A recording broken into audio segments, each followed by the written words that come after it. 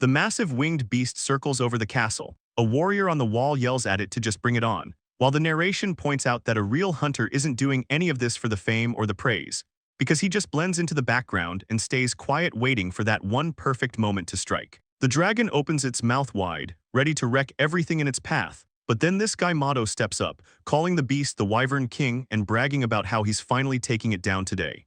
The dragon just glares at them, and suddenly everyone starts losing their minds, yelling at each other to run for it as they scramble away, leaving Mado right in the splash zone. He gets smacked hard by the dragon's tail and realizes he messed up. The monster keeps its eye on the target, but out of nowhere, a shot flies through the air, and the hunter watches from the roof as his arrow cuts through the wind right towards the dragon's head. It gets hit clean, and the monster is completely shocked as it starts to go down.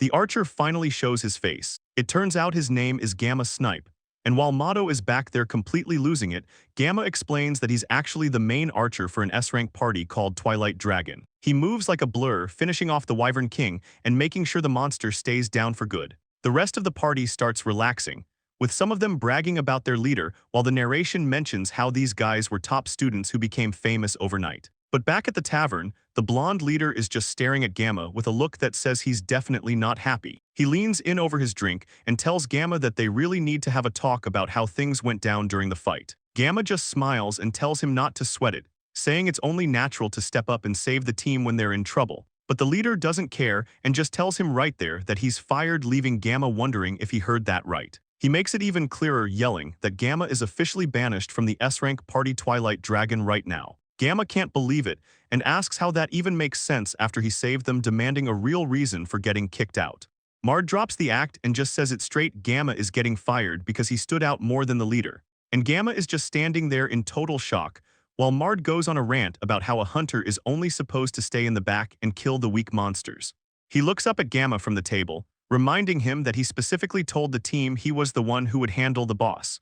But then Mard starts yelling for the whole tavern to hear, making it very clear that this is his party and nobody else's. He explains his logic, saying that anyone who tries to look better than the great Mard gets the boot, obviously, so Gamma finally speaks up, asking the guy if he's actually drunk. He explains he only jumped in because Mard was about to get himself killed, and Mard's face goes totally dark. He leans in with this scary look and asks Gamma what he just said. Mard loses it, asking if Gamma is trying to say he messed up the fight, while a teammate tries to hold him back and Gamma backtracks, saying he didn't mean it like that. But the guy with glasses speaks up. He says he doesn't care about the ego stuff, but he actually has some real problems with Gamma's performance. He starts breaking down their formation, explaining that Mard handles the front, the rest stay in the middle, and Gamma is supposed to be guarding the rear.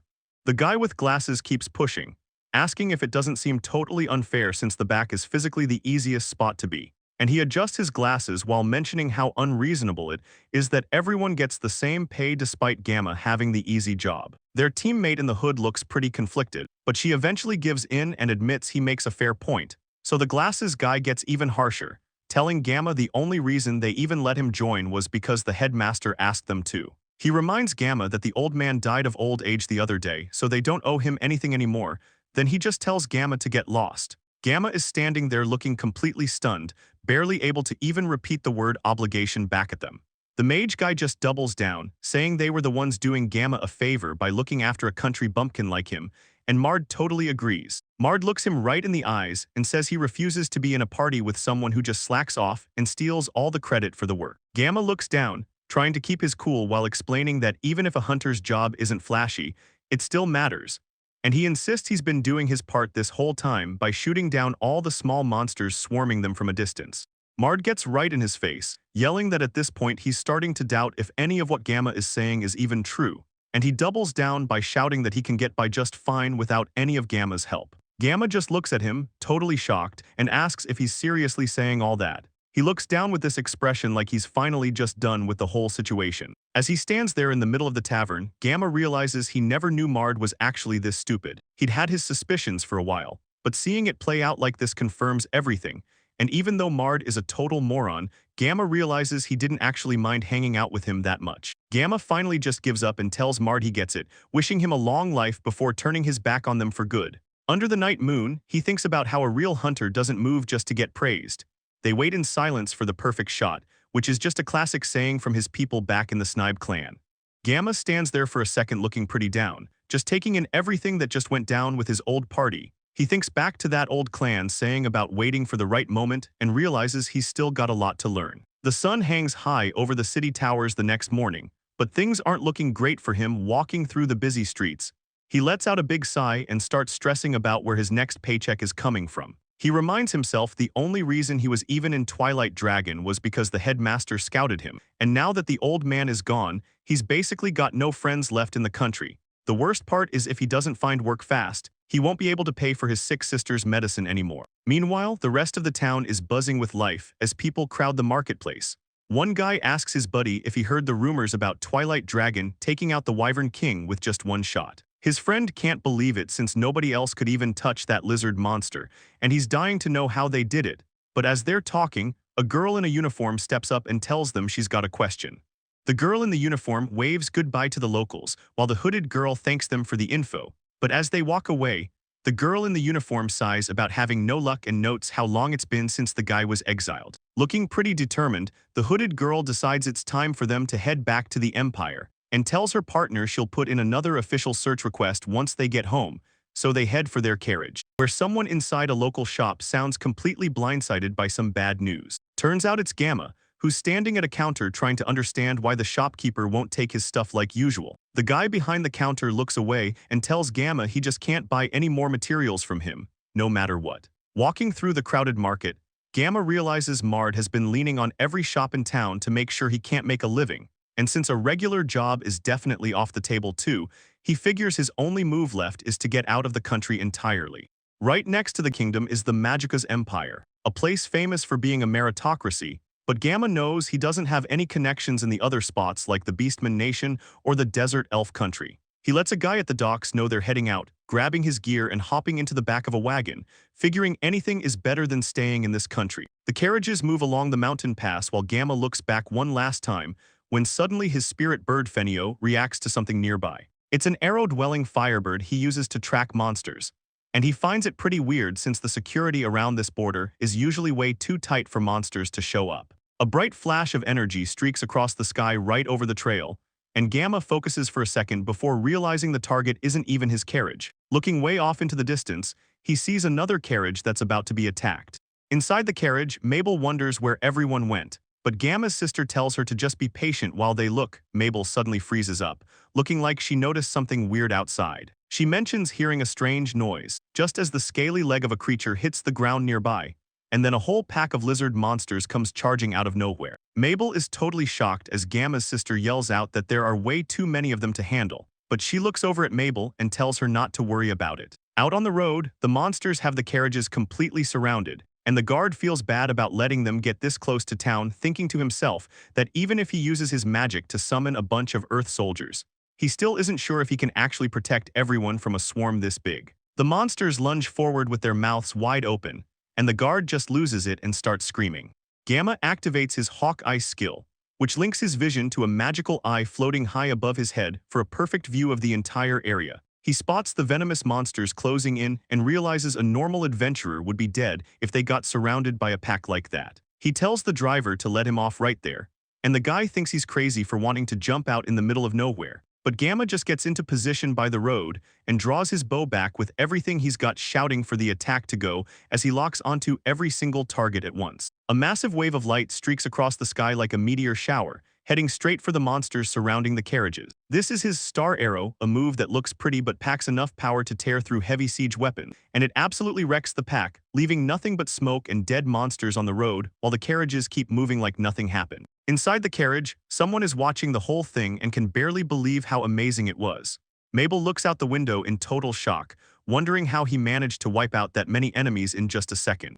Mabel feels something familiar in the air, and the guard next to her asks what's wrong. She suddenly realizes what's happening and says she knew it all along. Turns out this is Mabel, who was a really popular and cute classmate back at the academy, and she looks right at him and says she's sure it really is Gamma. Gamma is pretty surprised and asks if it's actually her, and Mabel says she's just glad he remembers her. Gamma tells her he wouldn't forget a classmate after only a year and says he's happy she's safe, even though he follows that up by admitting they never actually talk to each other much. Just then, another girl walks up and calls Mabel's name, asking if this is the famous Gamma snipe everyone's talking about. The new woman steps forward with a polite look on her face. She says it's nice to meet him and introduces herself as Artemis de Magicas, leaving Gamma wondering if that's a name from the Empire.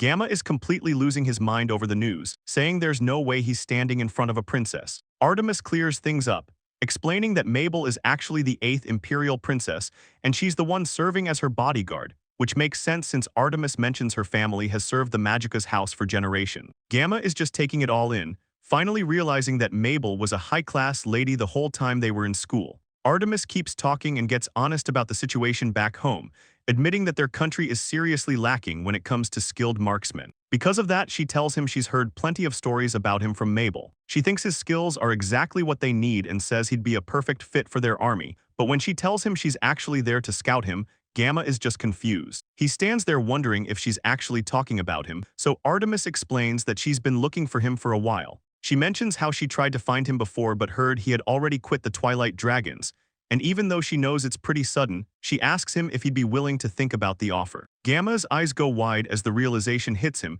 he can actually get a real job. He's still a bit stunned by the whole thing, but Artemis just smiles and says she'd be happy to take him on. Still, Gamma is a little hesitant and asks if she's really sure about this, reminding her that he was just kicked out of an S-rank party after all.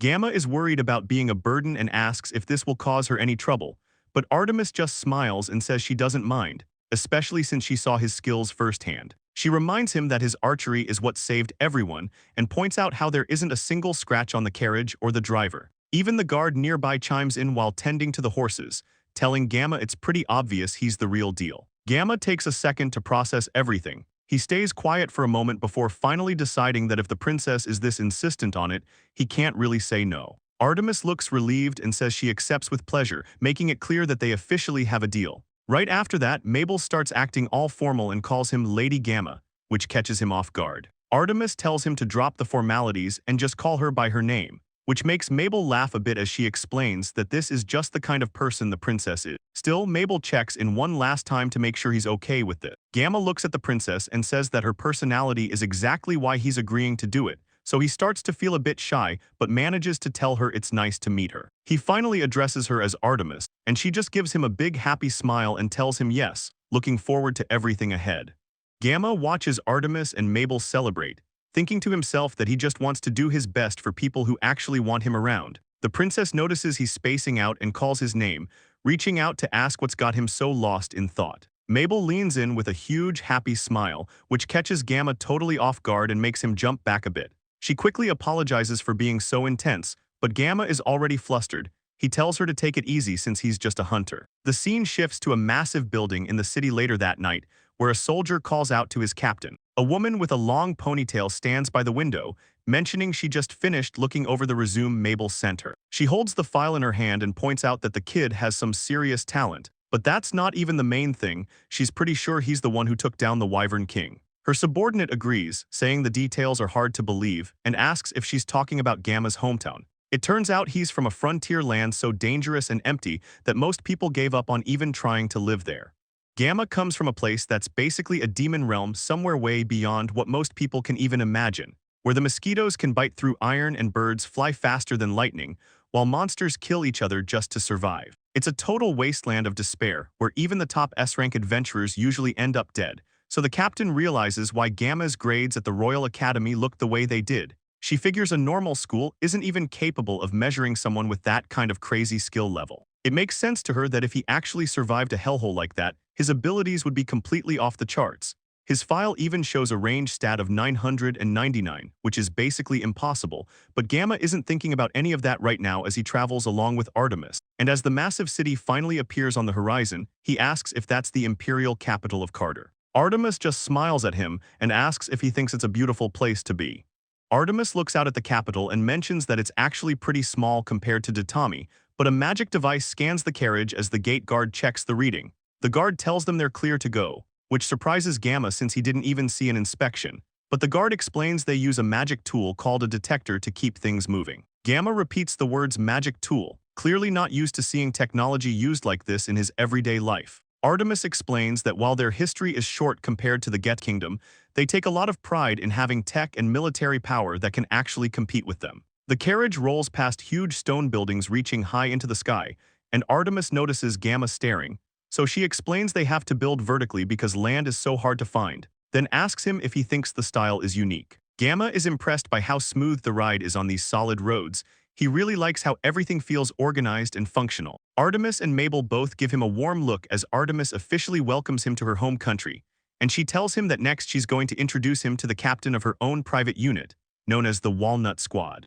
Gamma looks pretty surprised and repeats the words, Her Highness's private unit. He wasn't expecting that, and Mabel explains that they're heading there so he can have an interview with the captain. Gamma sounds pretty nervous just hearing the word interview, thinking back to how badly his old party treated him. He starts wondering if he's actually going to be okay this time. Mabel gives him a huge smile and tells him everything's gonna be fine, but Gamma starts acting super intense, muttering about how hunters don't need praise because they're one with nature. Mabel tells him to relax, though she definitely thinks he's being a little weird. As the carriage rolls through the city, she reminds him that he's the one who saved them, so he should just cheer up. Gamma looks at her and realizes that Mabel is actually a really nice person, especially since he always saw her as one of those popular girls from class. He never thought a guy like him could just talk to her casually like this. He finally gets his head in the game and says he's going to do his absolute best at the interview, which really hypes Mabel up. She tells him that's the spirit and says she's totally rooting for him.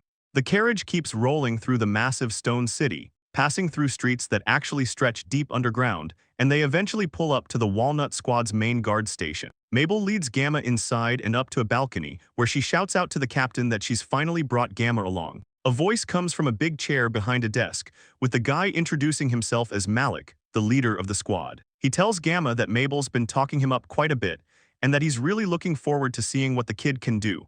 But Gamma just stands there with his mouth hanging open, looking like he just saw a ghost because he can't believe the captain is actually a tiny squirrel wearing a suit and sunglasses. Malik just brushes it off, saying being a squirrel doesn't matter since the whole squad is full of weirdos anyway, which Gamma just goes along with. The squirrel captain hops onto the desk and tells his team to bring out the goods for the new rookie, so Mabel hands Gamma a thick manual, while Malik explains that it's time for his official interview to start.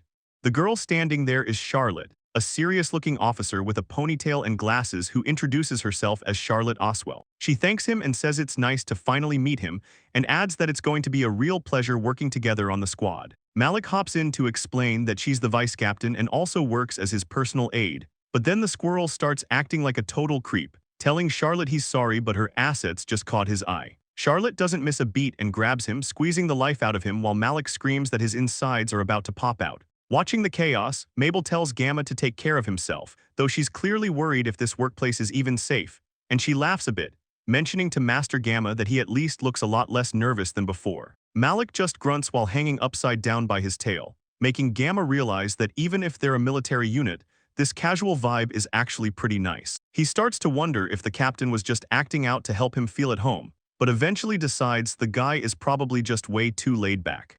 A flashy guy named Oscar Wilder makes a big entrance, saluting and announcing he just finished his patrol duty. He's looking pretty hyped about something as he spots the group across the room and immediately starts flirting with Mabel, calling her beautiful and acting like she came back just to see him, though she doesn't seem impressed. Oscar stops dead when he notices Gamma, asking Malik why there's another guy around, so the captain explains this is the sniper Mabel talked about. Hearing the news, Oscar absolutely loses it, grabbing his head and screaming like his whole world is ending because he really thought he was building a personal harem squad, but Malik just calls him a baldy and tells him he's dreaming. Charlotte doesn't have time for the drama and tells him to stop talking nonsense so they can finally get the exam moving. Oscar snaps back to being professional and apologizes, mentioning he's actually the guy in charge of the interviews, which definitely catches Gamma off guard. He tells Gamma they're heading to the exam venue right now and starts leading the way, and they arrive at a massive training area filled with stone pillars called the Earthen Barrier, a place Mabel built using her own soil magic.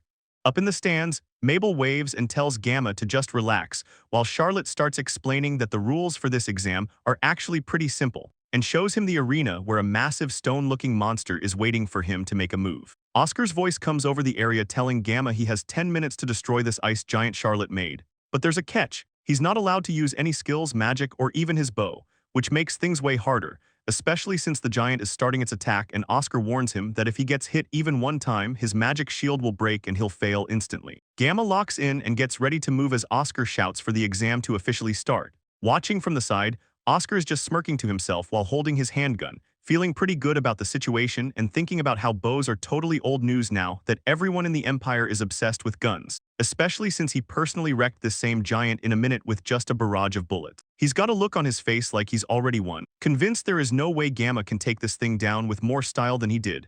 But then Oscar catches something out of the corner of his eye that makes him pause and wonder what's actually happening down there, because Gamma is standing there with his bow out anyway, and a massive explosion just absolutely rips through the giant's head.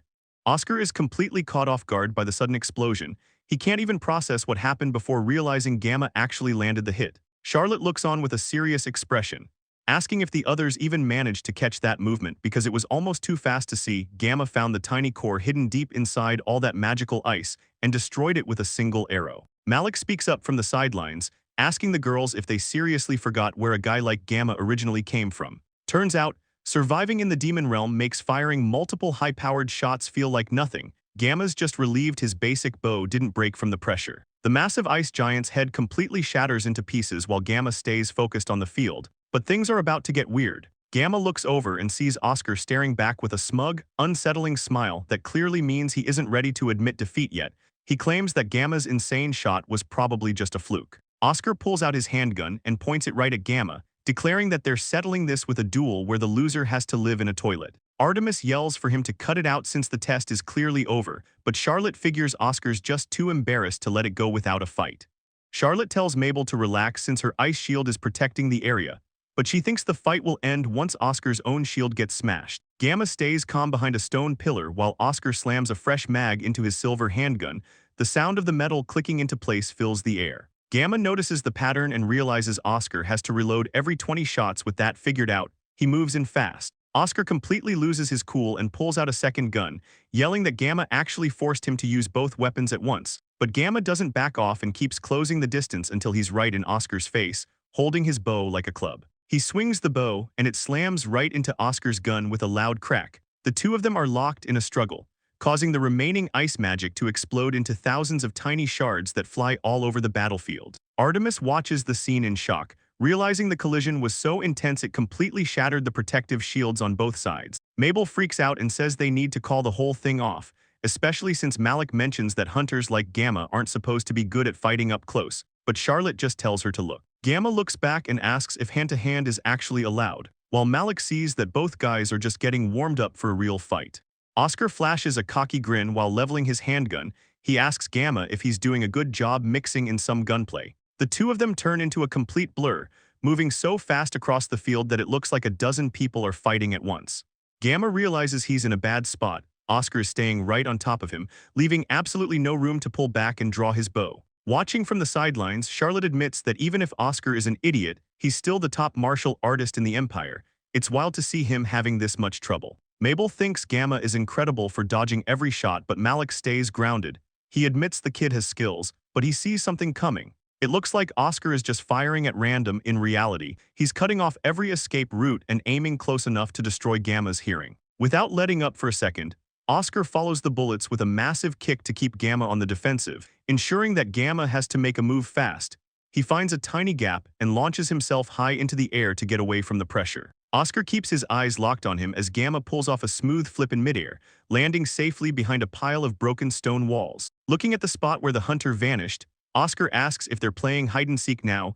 He seems more annoyed than worried about whatever comes next. Oscar notes that Gamma isn't even making a sound while moving, which is exactly what he'd expect from a pro hunter. He watches as a boot lands silently among the ruins. Oscar thinks he has the advantage because from his spot up high, he can see everything, but he starts getting impatient, looking out over the stone walls and telling the rookie to just come out and face him. Suddenly, an arrow whistles right past Oscar's face, catching him completely off guard. He freezes up, eyes wide as he realizes he's been found. Hidden away, Gamma listens to the vibrations in the air, knowing he can pinpoint a target just by the sound of a footstep, and that's his whole deal. His real weapon is the ability to silently hit a vital spot from a distance without anyone seeing it coming, so he keeps his breathing steady and draws his bow back again, focusing entirely on the shot. To Gamma, being a hunter is all about having the patience to wait for that one perfect opening to take over the fight. The pressure is finally too much for Oscar. He starts crying and yelling that he gets it, totally losing his cool. He gives up on the spot, telling Gamma Snipe that he's seen enough and that he officially passes the test. Artemis looks completely stunned by the news, while Charlotte and Malik just watch the aftermath, and outside the massive stone walls of the estate, Gamma finally relaxes. He thinks to himself that since things worked out, he can actually keep living there, but he ends up passing out from the stress. And when his eyes start to flutter open again, a soft voice asks if he's finally awake. The first thing he sees is Raphael, the unit's medic, who's leaning in way too close. She tells him he was just wiped out from the long trip and the fight, and Gamma can't help but stare, totally flustered by how she looks. Raphael notices him looking and playfully asks if he's really that curious, making Gamma freak out and apologize immediately. She just laughs it off, telling him it's fine because he's young and it's natural to be curious about an older woman, so the word about his victory starts spreading through the halls. People are already talking about how Gamma actually made someone like Oscar surrender, which Gamma finds hard to believe. He just gives a quiet thanks, but then Raphael mentions that Oscar is actually an S-class member, leaving Gamma pretty shocked. Oscar is resting in the bed right next to him and explains the ranking system, where members go from S down to C, and then he casually calls Gamma brother. Gamma just looks at him with a deadpan expression, quickly telling Oscar that he's definitely not his brother. Oscar keeps acting like they're best friends, telling Gamma he usually ignores men, especially the weak ones, but thinks Gamma is actually special and worthy of respect. He even calls him brother again, which makes Gamma pretty uncomfortable. Gamma just stands there sweating, thinking to himself that this guy is way too friendly for his own good, and the rest of the group shows up. Mabel calls out to Gamma while Charlotte sighs in relief that he's okay, but then Oscar starts flirting and calls Mabel his beloved lady. Mabel doesn't look happy at all, giving a scary look while Charlotte mentions how close that fight was. Raphael joins in and tells Oscar that since he lost, he's sleeping in the men's room from now on. Oscar immediately tries to smooth things over, begging for forgiveness and promising to buy everyone grilled meat for a welcome party, and Mabel can't help but give in, telling him he's always way too smooth with his words. While the others joke around, Malik and Charlotte watch from the sideline. Malik comments on how Gamma is one seriously incredible rookie, and Charlotte quietly agrees, but Gamma is just happy to be included, looking relieved as Artemis watches him with a soft smile from the back. Malik keeps his eyes on the kid, thinking to himself that the squad might have just picked up a massive trump card. So Mabel turns to Charlotte and asks if she's coming along for the food too, which gets a small laugh out of the vice captain.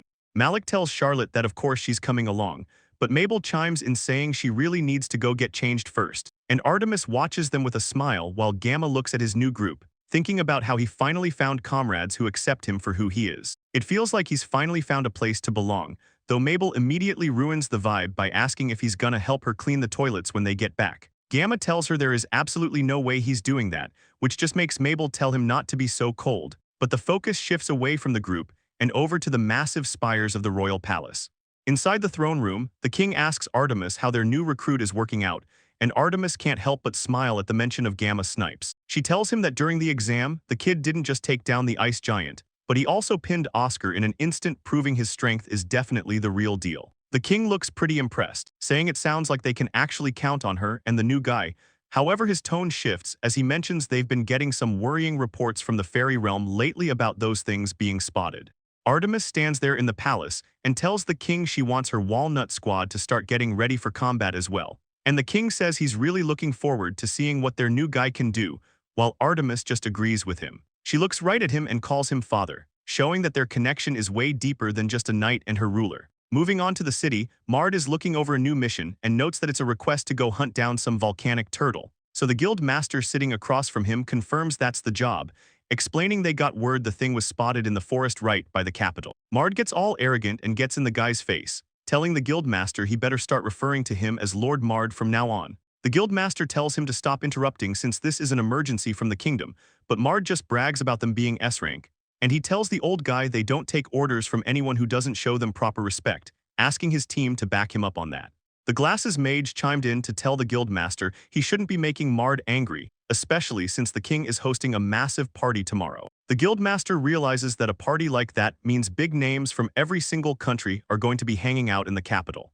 The guildmaster explains that an S-rank monster is about to show up, and if they don't stop it, the whole region is finished. Mard just leans back with a smug look on his face. He asks who the strongest party in the capital is right now, knowing the answer. The girl in the hood pipes up immediately. She says it's obviously them, Twilight Dragon, and nobody else comes close. Desperate to get them to move, the guild master actually bows his head and begs Lord Mard to step in and save them all. Mard sighs like this is a total chore. He says it can't be helped, and jokes that he's the only guy anyone can rely on. But then he drops the price. He tells the guild master they want 100 times the Wyvern King reward since they're the best. The guild master is speechless, but Mard just tells him it's his job to go make the kingdom pay up. And the old guy warns him that for that kind of money, they absolutely cannot fail this mission, which makes the girls in the party start to feel a bit of pressure. They look at each other wondering if this is actually going to work out. The glasses mage gets offended and snaps back. He asks the guild master who he thinks he's talking to, like failing isn't even possible. The glasses mage talks a big game, telling the guild master that with the great Mard on their side, those S-rank monsters won't last 10 seconds, and Mard gets all hyped up, shouting at the top of his lungs that he's going to slaughter every last one of them like it's nothing. Fast forward a bit and the guy is already struggling. He's covered in sweat and breathing like he just ran a marathon, but the rest of the party is just as confused. They're wondering what the hell is happening because they're getting swarmed by way too many low-level mobs. Mard hides behind his shield as a monster snaps at him, complaining that he's never been on a mission that sucked this much energy out of him. Even so, the girls in the back are still falling for it. The hooded girl says he's super cool and the other one is just happy they joined up. Mard's ego immediately kicks back in. He looks back with a smug grin and asks if they saw how much he's standing out. While he keeps posing for his fan club in the background, the male party members are clearly hitting a wall, looking like they're about to drop from total exhaustion. The glasses mage leans in and whispers that as long as they keep praising that idiot, he'll do whatever they want him to do. It turns out the whole plan was to swap Gamma for some girls just to keep Mard's motivation high, and the mage seems pretty proud of that trick. The glasses mage points out that they've been getting jumped by way more weak monsters ever since Gamma left the group. Mard just brushes it off, telling everyone to stay put and leave it to him because he's too fast to catch. But right then, a massive beast bursts out of the trees and catches them completely off guard. Mard and the girls just stand there frozen as this giant thing shows up out of nowhere. Mard starts losing his cool, screaming that he thought they were supposed to be heading toward the mountains instead of dealing with this mess. The monster doesn't wait around and just wrecks the whole area, sending dirt and trees flying everywhere as it attacks. After the dust settles, Mard is doubled over and literally throwing up from the exhaustion. The girls aren't impressed at all. The hooded one just calls him weak and lame for being such a letdown. Mard tries to shift the blame, yelling at the girl for not warning them about a volcanic turtle when she's supposed to be their thief. The girl just laughs in his face and tells him to figure it out himself, mocking him because he looks like his head is on backwards from getting beat down so hard. Mard clutches his head in total frustration, demanding to know what happened to all the support magic that's supposed to be making him stronger. He asks the mage why she isn't doubling his speed, but she says she's already doing it. Even Mado is confused because he usually reads movements easily, but right now he's totally lost. As the monster keeps coming, Mard starts wondering if he really just used up all his stamina fighting those weak mobs from earlier, leaving. Mard screams for everyone to watch out because a breath attack is coming, then he immediately books it. The rest of the group is left scrambling as Gamma realizes things are about to end. A massive blast tears through the forest, wiping out everything in its path. Mard barely manages to dodge the destruction as the whole area gets leveled, but then something hits the monster right in the face, stopping it cold. Mard just stands there with his mouth open, completely shocked by what he's seeing. He's covered in sweat and can't believe the power behind that strike. He starts wondering what kind of crazy attack could actually pull that off. Back in the city, Gamma is looking sharp in his new uniform. People are starting to notice him, and someone can't believe it's actually him. Oscar notices Gamma is spacing out and asks him what's wrong. Malik is just chilling on top of Oscar's head like it's no big deal, making Gamma check in with the captain. Malik explains he felt some tremors from a volcanic turtle and went ahead to take it out before it caused any real damage. Artemis is right there too, telling her brother how impressive he is. Charlotte chimes in, saying they didn't run into a single monster on the whole trip because of him. She mentions it's obvious now why the Academy gave him such a high-range rating. Raphael is all smiles, giving Gamma all the credit for sniping everything in their way. Even the Princess Artemis is standing by as they talk about how easy the trip was, which leads to Mabel happily mentioning how they finally made it to Gita without any problems at all. The Walnut Squad officially moves into the kingdom of Gita. They're here to work the party as bodyguards for Artemis, and Mabel is in a great mood, laughing about how the carriage saved him again. She gives Gamma a big smile and thanks him for everything, but Gamma just plays it cool, saying he didn't really do anything special to deserve the praise. He's trying to act natural, even though internally he's freaking out, wondering why he's grinning like a fool. He realizes Mabel just sees him as another teammate and hopes he isn't the only one overthinking the whole vibe. Mabel notices his new look and tells him he looks really good in the uniform. She gives him a wink, saying they finally match, which makes Gamma get all philosophical, thinking about how he's just a hunter and one small part of the world. The squad keeps moving through the city with Raphael laughing in the back. Gamma stays focused with Malik perched on his shoulder as they finally arrive at the massive guest house in the capital. It's time to get to work, so they head inside to go over the plan. Charlotte lays out a map of the venue and pulls up the guest list for the mission, and then she looks right at Gamma, saying she's got one more thing specifically for him.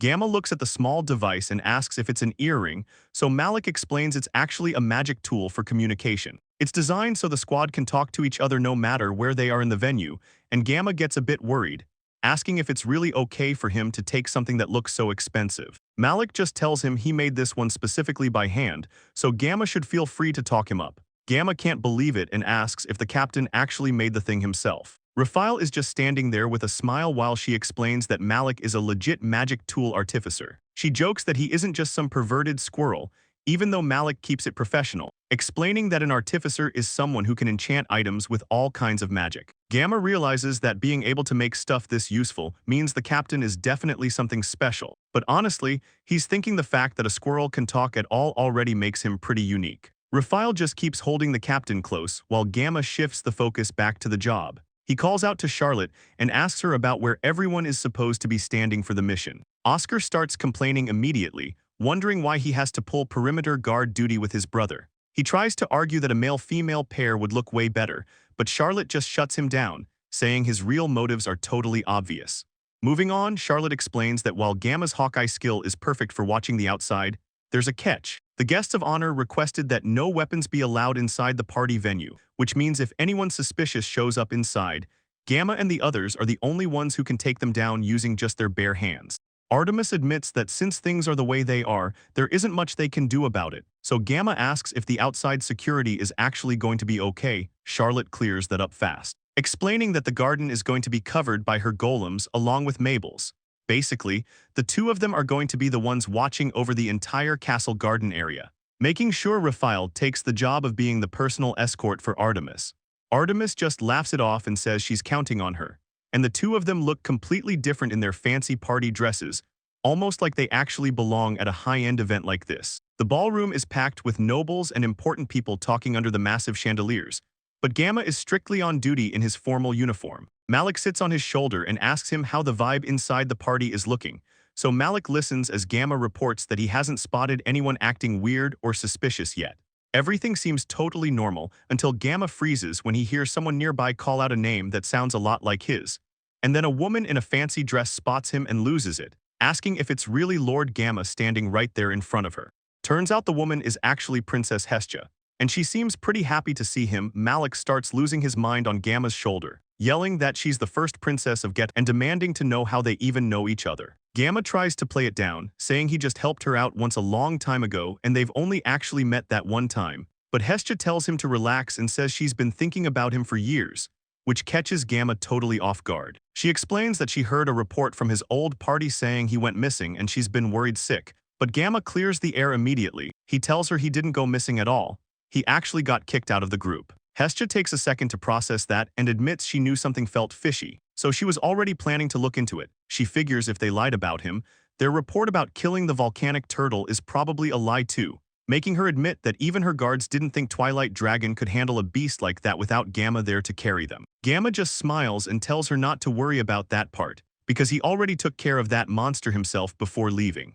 Gamma just smiles and tells the princess he's happy the country is safe. Hestia promises to send him a formal reward through official channels, but Gamma gets all flustered, saying he can't take anything because he's not an adventurer anymore. He tries to turn her down again, but she's not having it. She tells him he absolutely has to let them thank him properly. She says her goodbyes for now, telling him she'll see him again soon, and then Gamma just stands there in the middle of the party looking pretty over all the royal drama. Malik asks if he saw the way she looked at him and suggests the princess is actually into him, but Gamma tells the squirrel he's crazy since he's just a normal commoner. But then the room goes totally black, and some noble starts panicking and screaming for someone to get the lights back on. Gamma's eyes narrow as he picks up on a heavy wave of bloodlust coming from the shadows. Hestia calls out his name in the dark, and Gamma tells her he's already moving to handle it. He kicks his night vision hunter skill into gear, letting him see through the pitch black like it's barely even dark at all. Gamma starts barking out orders in the dark telling Oscar an assassin is coming from his 2 o'clock and to get over and protect Artemis right now. Oscar doesn't hesitate and says he's on it, grabbing his gear while Gamma turns his attention to Raphael, yelling for the professor to grab Artemis and bolt toward 9 o'clock. He makes his move, figuring that if he shifts everyone around like this, it'll stop any more surprise attacks from happening. He spots something moving and grabs a dinner plate off a table, throwing it with perfect aim through the pitch-black room. The plate sails through the air and clocks an assassin right in the head, dropping him instantly while Hestia just stands there looking completely confused. Gamma checks in on her, asking the princess if she's doing all right, though she's so out of it she can barely even get a word out. She recognizes his voice and asks what the hell is going on, so Gamma breaks it down for her, telling her those guys were actually assassins specifically targeting her. He explains that since they went after both her and Artemis, they're definitely trying to kidnap VIPs from the Earth Kingdom. Then he tells her to stay put. He counts 10 armed guys throughout the venue, but something feels off to him because taking them out was just way too easy. He looks down at the guys he just wrecked and realizes that even though they're down, that heavy bloodlust from before hasn't gone away, making him wonder if he just walked into a trap. Malik tells Gamma to listen up while Hestia chimes in, telling him he needs to use them, and Gamma just stares at the squirrel, wondering if this is really the same Captain Malik he knows. Malik gets straight to the point, telling Gamma to focus on calling out where the enemies are while he and Oscar handle the heavy lifting. And as Gamma thinks about actually relying on others, the captain reminds him they're a team now and they're going to handle this whole mess together. It hits Gamma right then that this is what having actual comrades is supposed to feel like. But he can't help but think back to how it used to be, never being trusted, never getting a thank you, and just getting kicked out in the end. He looks at his new crew and realizes things are actually different this time around. Gamma tells the captain he understands and makes a promise to himself to fight right alongside these guys. Malik starts barking out orders to the rest of the squad, explaining that Gamma is going to be their eyes in the dark, and telling Oscar and Raphael to start clearing out the room while he warns Mabel and Charlotte about enemies likely waiting outside, telling them to hang tough until he can send Gamma over to back them up. The whole crew looks ready for action as they shout back a loud "Roger that" to the captain's orders, and Malik adjusts his headset, thinking to himself about how it actually feels pretty good to be trusted for once. Gamma looks over the estate and realizes he doesn't have to worry about fighting alone anymore as long as he's with these guys, so he starts calling out enemy positions at 3 o'clock to keep the team safe. Moving on to several hours later, the chaos has finally died down and Princess Hestia stands before the crowd in the ballroom, telling everyone they need to stay calm. She addresses the guests about the intruders who tried to sneak into the venue, and explains that her guards were able to step up and successfully take them all down. The noble guests are clearly impressed, saying they expected nothing less from Artemis's private squad, while Raphael gets right in Gamma's face with a huge smile, telling him he really saved them out there. She keeps going, saying she would have been totally finished in the dark without his help before giving him a big hug and calling him brother, making Gamma look completely flustered. Gamma thinks to himself that he's the one who should be saying thanks, realizing that their trust is what helped him win and finally taught him what it means to have real comrades. Princess Hestia calls out to the captain, telling the group they're going to need some serious reinforcements as Malik notices Mabel acting strange and asks her what's going on. So Mabel explains that dragons are actually carrying monsters into the garden to start an invasion, and she warns the rest of the crew that the enemy is showing up in massive numbers. Malik tells Gamma to get out there and handle it since they really need his specific power right now. A maid rushes over to Gamma, letting him know she's got the bows they were keeping safe for him, and Gamma takes the gear while thanking her, ready to finally get into the fight. He fires off the Phoenix Arrow, a special projectile named Fenio that tracks down monsters on its own, leaving the entire courtyard turned into a huge battlefield where the guards are desperately trying to hold back the monsters. Mabel stands by her giant ore golem and asks Gamma what their next move should be. The soldiers are hitting the monster with everything they've got, but it doesn't flinch at all, making Gamma wonder if the thing is immortal. He takes a closer look and recognizes the dragon from before, specifically noticing the old scar on its eye and realizing that this thing is actually the corpse of the Wyvern King. Gamma tells Mabel their opponent is already dead, which makes her realize they're basically fighting a giant zombie. Charlotte adds that she doesn't sense any magic moving the bodies, which makes no sense at all, so Gamma decides he's going to find whoever is behind this and controlling the dead. He looks out over the battlefield and notices a weird swarm of mosquitoes hanging around the monsters, and he starts to suspect that these bugs are the ones actually pulling the strings and moving the corpses around. Charlotte realizes the danger and screams for Gamma to run away immediately, but he stays put, telling her the real puppet master is nearby. He can feel the killing intent and vows to find them like a true hunter. Charlotte yells for Gamma to stay back, telling him he absolutely shouldn't come over to her side, but Gamma tells her it's all good, promising he's going to shoot down every single mosquito on that monster. He lets loose a star arrow, and the sky fills with light as the attack rains down on the Wyvern King's corpse. The magic arrows find their marks, knocking those weird bugs out of the air one by one so Gamma can focus on the real threat. He mentions that the enemy's killing intent is so heavy it feels like it's sticking to his skin. He wonders if the person behind this is hiding in a spot where his normal senses just can't pick them up. Then he turns to Mabel and asks if she can dig up the ground right where they're standing, and she's totally on board. She hits the ground with an earth-clod transformation spell, causing a massive explosion of dirt and stone. The soldiers nearby are completely shocked to see a giant hole suddenly appear right in the middle of the garden. Mabel thinks to herself that she did exactly what Gamma asked, but she can't help wondering if making such a mess was actually a good idea. Gamma stares down into the dark opening, figuring out the enemy is probably breeding those winged bugs in the sewer back at the mansion. The guests stand around looking confused as the chaos starts unfolding outside. Malik gets a direct update from Charlotte and lets the rest of the squad know what's up. He puts the whole place on high alert, telling everyone to stay inside unless they're armed and ready. Oscar asks what's going on out there, but Malik just tells him that the enemy has finally arrived. The captain explains how someone is likely using bugs to puppet dead bodies, meaning the attacker was just a corpse. Raphael looks worried and asks if the captain ever got around to telling Gamma about that demon. Malik admits he's surprised because he never expected them to show up anywhere besides Magicus. Oscar can't believe it, but Hestia reminds them that the demon race was supposed to be gone for ages. The princess looks totally freaked out, wondering why this nightmare is even coming up again after all this time.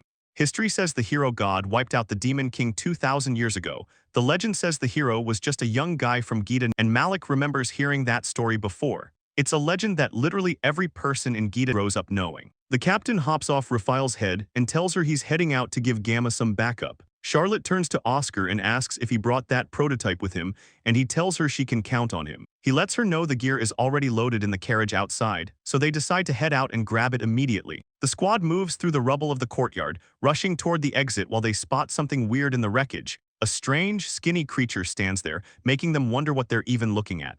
Hestia is at a total loss, admitting she's never heard of monsters like these existing in the world. Artemis, who turns out to be the 8th Imperial Princess, keeps her cool while looking at the chaos, and she explains that the demons hitting the mansion are a completely new breed, a fact that leaves Hestia even more stunned.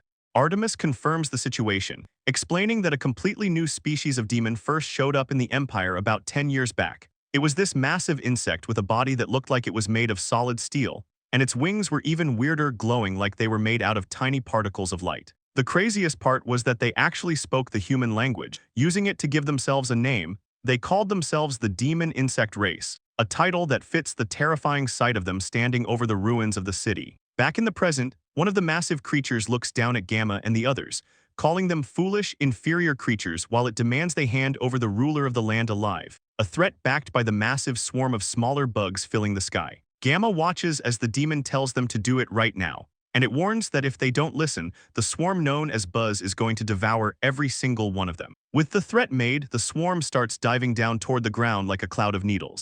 Mabel's earth magic golem, Honey, is struggling to hold the line, and Charlotte says even with the two of them working together, they can't stop it, leaving the golem getting shredded by the insect swarm while the girls groan from the pressure of the attack. Gamma decides to pull out the dragon arrow, a massive shot famous for taking down mountain-sized monsters, and he fires it right at the demon insect, but the thing actually blocks the hit, leaving Charlotte completely shocked that his best move didn't work. The demon talks down to them, saying that wingless lower life forms like them aren't even worthy of licking its boots. Gamma tells Mabel and Charlotte to get back immediately, because he can tell this specific one is on a whole different level, but then he notices something really weird: the creature isn't even breathing. It's putting off a ton of killing intent, but Gamma can't help but wonder if the thing is even alive at all. He doesn't let the mystery slow him down, though. He lines up his next shot through his sight, locking the demon in his crosshairs as the arrow whistles through the night air, heading straight for the target on the roof. Oscar finally lets a round fly from his rifle, and it slams right into the demon insect with a massive bang, but the thing barely even moves. Gamma looks back in total shock to see Oscar there, and Oscar just waves it off, apologizing for taking so long to show up to the party. Malik watches the roof closely, wondering if that shot actually did anything, while he tells Oscar to keep his eyes on the target. The demon's skin is famous for being as tough as steel, and some even say it's on the same level as Kamui iron, making it almost impossible to pierce. Yet Malik notices the shot actually left a mark, and even the demon seems surprised to see a tiny scratch on its supposedly perfect shell. Oscar gets a cocky look on his face and tells the demon it needs to learn its place, calling the monster nothing but a lower life form. He starts waving his arms around like a madman, screaming at the top of his lungs to get the demon to focus entirely on him. Malik admits that one more hit in that same spot would kill it, but they've got a massive problem. That was their very last custom round. He looks over at Gamma and apologizes for asking for the impossible, explaining that he and Oscar are going to play bait to buy him time, and the whole plan comes down to one thing: Gamma has to nail a perfect shot right into that tiny crack from all the way across the battlefield. Everything starts blowing apart as the building takes a direct hit.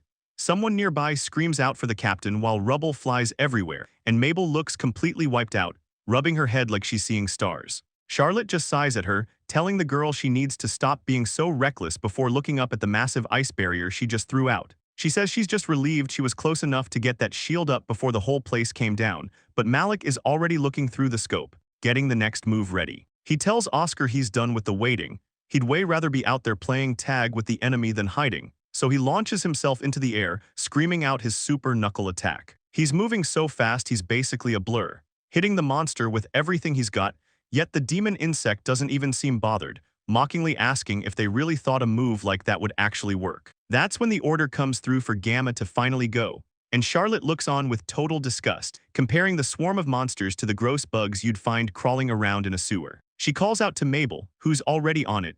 The girl grabs a massive chunk of earth and says she's going to bury the ground so no more of those things can crawl out, leaving Gamma down on the front lines, gripping his arrows and focusing on the target. He starts combining his skills, imbuing his star arrow with all the raw power of the dragon arrow, bundling them together into one single, insane shot.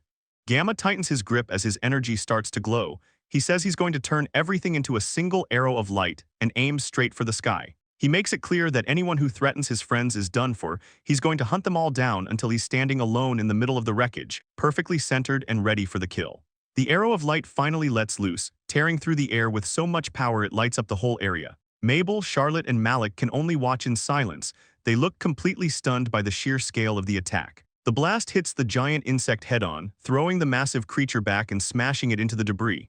The monster is completely lost, wondering what just happened. It can't figure out why it's suddenly flat on its back. Artemis watches the fallout with a serious look. She asks herself if the archer really just pulled that off on his own. Gamma doesn't give it a second to breathe, looking totally locked in as he draws back his bow again for the final strike. The monster can't believe it's actually losing, right before the arrow drives straight through its head.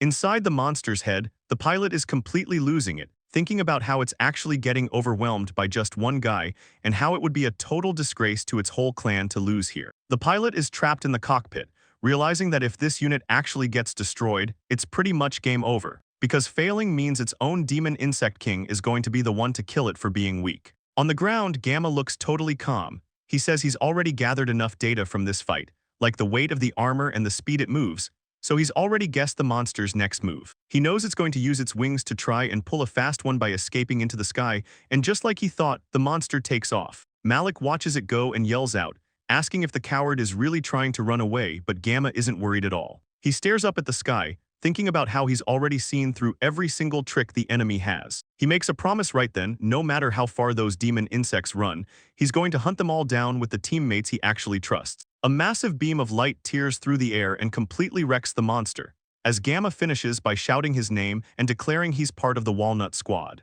A massive beam of light shoots up into the night sky right over the castle, making everyone in the town below stop what they're doing and start whispering. A guy points out that the light is definitely coming from the castle, while another guy nearby wonders if it's just some kind of fireworks. Back at the inn, Mard is just hanging out and smoking, looking like he's in a pretty bad mood as he stands out on the balcony. He looks down at the town and complains about how everyone is being way too noisy tonight, but then he looks back inside and sees Kokuhakuanime having a wild time. The guy is laughing his head off with a girl in his lap, acting like nothing else matters. Things are getting pretty heated between them in the middle of the room, so Mard finally loses his patience. He turns around and asks Kokuhakuanime what the hell they're actually doing, but the guy just looks back and asks what Mard even means by that. Kokuhakuanime jokes that they're just deepening their friendship with a teammate, and makes sure to add that he's definitely not worshipping anyone. The red-haired girl in the corner just gives Mard a look and tells him he can do whatever he wants. Mard doesn't even respond and just walks back out, leaving the room to go lean on the balcony again. He stares out at the city, thinking about how that guy Deku ended up getting stomped to death by a volcanic turtle. Mard hears a commotion and looks over the balcony, only to see a group of guards in the street shouting that they finally found him. The guards look up and call him out by name, confirming he's the leader of the Twilight Dragons, which makes Mard pretty annoyed. He asks what the royal guard is doing there so late and tells them if they want to talk to someone as important as him, they should just come back later. The guards aren't playing around though. They announce he's under arrest by order of Queen Hestia and give the command to drag him out right now. A huge racket breaks out as Mard starts losing it, screaming for them to let him go while they haul him away through the quiet streets. Up on a nearby rooftop, a dark silhouette stands under the moon watching everything go down, and just then the mysterious figure speaks into a device, sounding completely shocked that someone named Yusrika actually lost to a human and had her machine stolen. The figure tells the person on the other end they'll call them back, because they just found a brand new test subject to play with. They stare down at the chaos, thinking about how the human race is actually pretty interesting, considering how every single person is born with a special power called a job that's given to them straight from the heavens. The figure explains that when someone gets a job like a swordsman or a hunter, they're automatically masters of their weapons. But there's actually more to it than just that, because besides the job, everyone is also given a specific role to play as a living creature. It turns out this guy has a mandate called Underdog, which gives him insane superhuman stamina as long as he stays bitter and jealous of others. The mysterious figure decides that since the guy has such crazy physical strength, he'll be the perfect subject to survive their upcoming experiment. The scene shifts over to the massive castle towers of the kingdom of Gada sitting under the crescent moon, and right there Gamma is standing outside when he hears someone call his name, and he looks over to see the rest of the group approaching him. Mabel walks up with a smile and tells him she's just really glad that they both managed to stay safe through everything.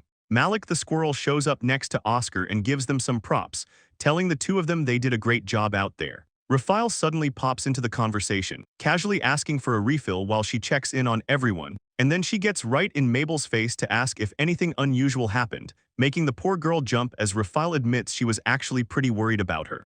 Raphael hugs Mabel and reminds her that she needs to look after herself, even for tiny scratches, and Mabel thanks her but insists to the group that they don't have anything to worry about anymore. She stands there for a second looking pretty serious, like she's thinking about something heavy. Charlotte notices and asks if she's still hung up on that old incident, saying it's all in the past anyway, and she's sure Mabel will be okay since she's got Gamma and the rest of the squad to look out for her. Oscar tries to get some attention by asking Raphael to check his wounds, but she just laughs it off and calls him out for lying since he doesn't have a single mark on him, so he just drops the act and asks how her job went, which leads to her explaining she used a spell to keep the party guests from freaking out. Artemis walks up to the fountain and tells everyone they did a solid job, saying she's just happy everyone's safe. But then her tone changes as she brings up the situation with the demon insects and what's going on with the Empire.